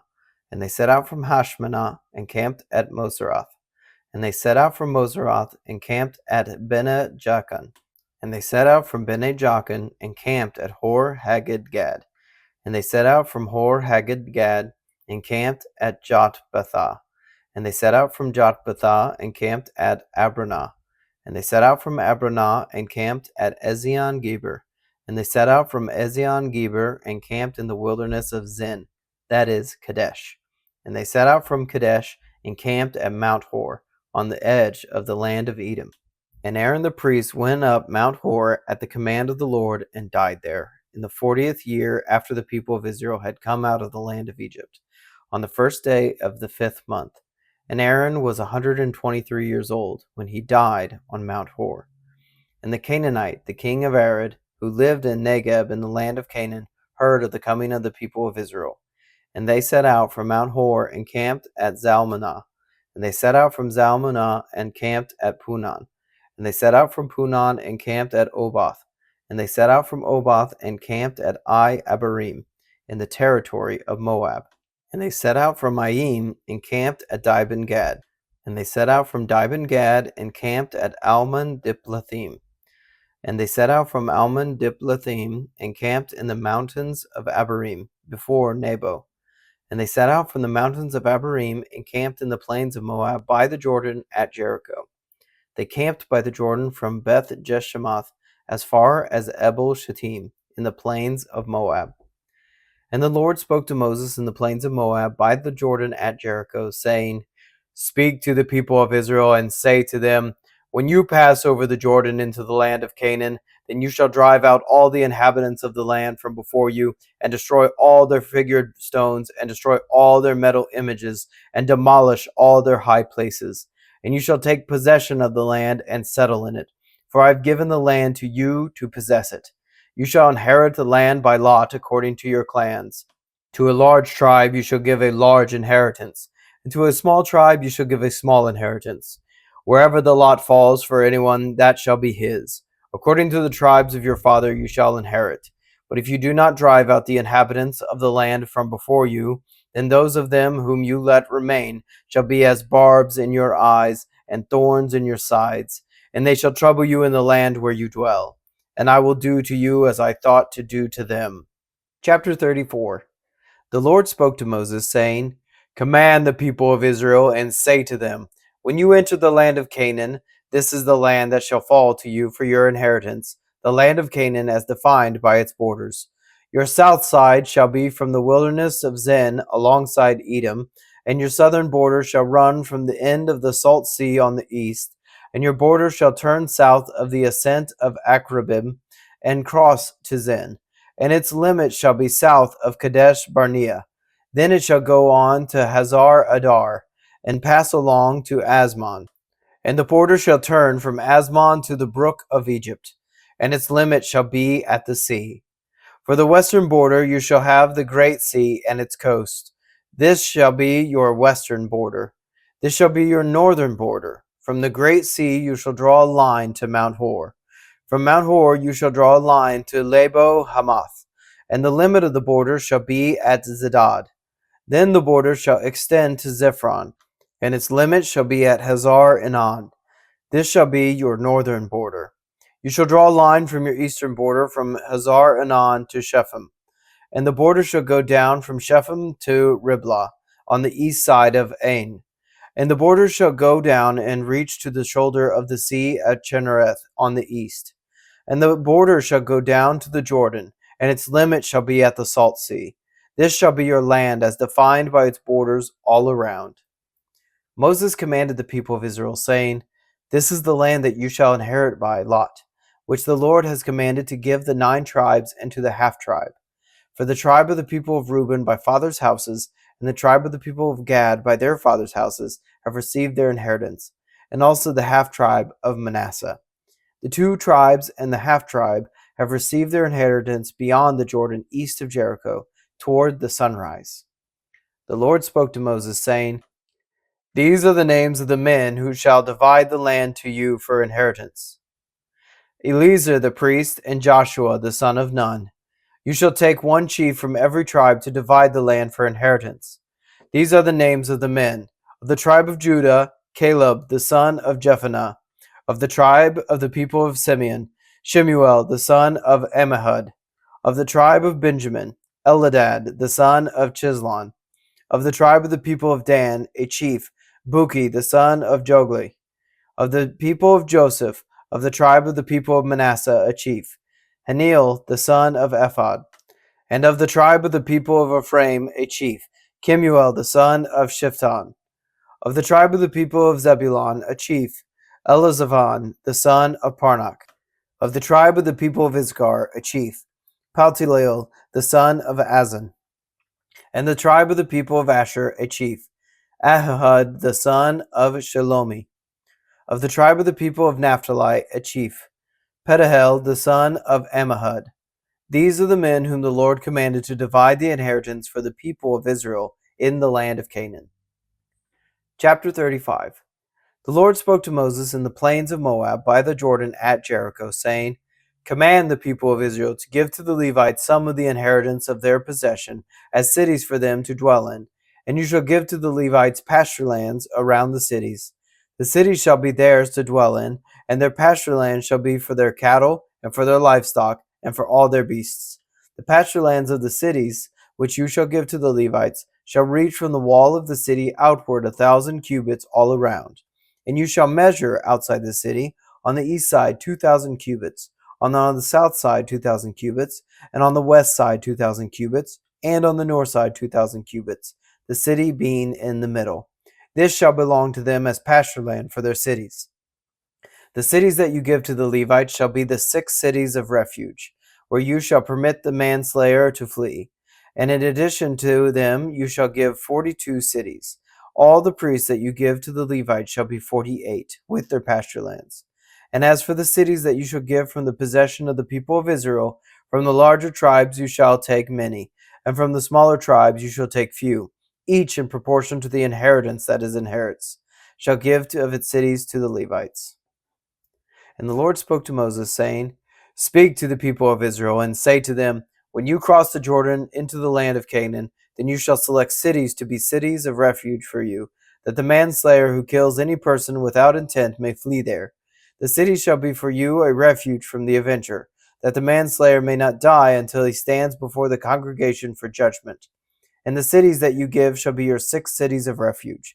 You shall give 3 cities beyond the Jordan, and 3 cities in the land of Canaan, to be cities of refuge. These 6 cities shall be for refuge for the people of Israel, and for the stranger and for the sojourner among them, that anyone who kills any person without intent may flee there.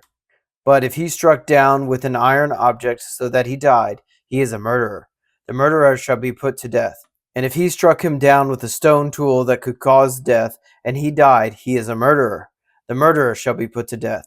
Or if he struck him down with a wooden tool that could cause death, and he died, he is a murderer. The murderer shall be put to death. The avenger of blood shall himself put the murderer to death. When he meets him, he shall put him to death. And if he pushed him out of hatred, or hurled something at him, lying in wait, so that he died, or in enmity struck him down with his hand, so that he died, then he who struck the blow shall be put to death. He is a murderer. The avenger of blood shall put the murderer to death when he meets him. But if he pushed him suddenly without enmity, or hurled anything on him without lying in wait, or used a stone that could cause death, and without seeing him dropped it on him, so that he died, though he was not his enemy and did not seek his harm, then the congregation shall judge between the manslayer and the avenger of blood, in accordance with these rules. And the congregation shall rescue the manslayer from the hand of the avenger of blood, and the congregation shall restore him to his city of refuge to which he had fled. And he shall live in it until the death of the high priest who was anointed with the holy oil. But if the manslayer shall at any time go beyond the boundaries of his city of refuge to which he fled, and the avenger of blood finds him outside the boundaries of his city of refuge, and the avenger of the blood kills the manslayer, he shall not be guilty of blood. For he must remain in his city of refuge until the death of the high priest. But after the death of the high priest, the manslayer may return to the land of his possession. And these things shall be for a statute and rule for you throughout your generations in all your dwelling places. If anyone kills a person, the murderer shall be put to death on the evidence of witnesses, but no person shall be put to death on the testimony of one witness. Moreover, you shall accept no ransom for the life of a murderer, who is guilty of death. but he shall be put to death. And you shall accept no ransom for him who has fled to a city of refuge, that he may return to dwell in the land before the death of the high priest. You shall not pollute the land in which you live, for blood pollutes the land, and no atonement can be made for the land for the blood that is shed in it, except by the blood of the one who shed it. You shall not defile the land in which you live, in the midst of which I dwell, for I, the Lord, dwell in the midst of the people of Israel. Chapter 36. The heads of the fathers' houses of the clan of the people of Gilead, the son of Machir, the son of Manasseh, from the clans of the people of Joseph, came near and spoke before Moses and before the chiefs, the heads of the fathers' houses of the people of Israel. They said, The Lord commanded my Lord to give the land for inheritance by lot to the people of Israel. And my Lord was commanded by the Lord to give the inheritance of Zelophehad, our brother, to his daughters. But if they are married to any of the sons of the other tribes of the people of Israel, then their inheritance will be taken from the inheritance of our fathers and added to the inheritance of the tribe into which they marry. So it will be taken away from the lot of our inheritance. And when the Jubilee of the people of Israel comes, then their inheritance will be added to the inheritance of the tribe into which they marry, and their inheritance will be taken from the inheritance of the tribe of our fathers.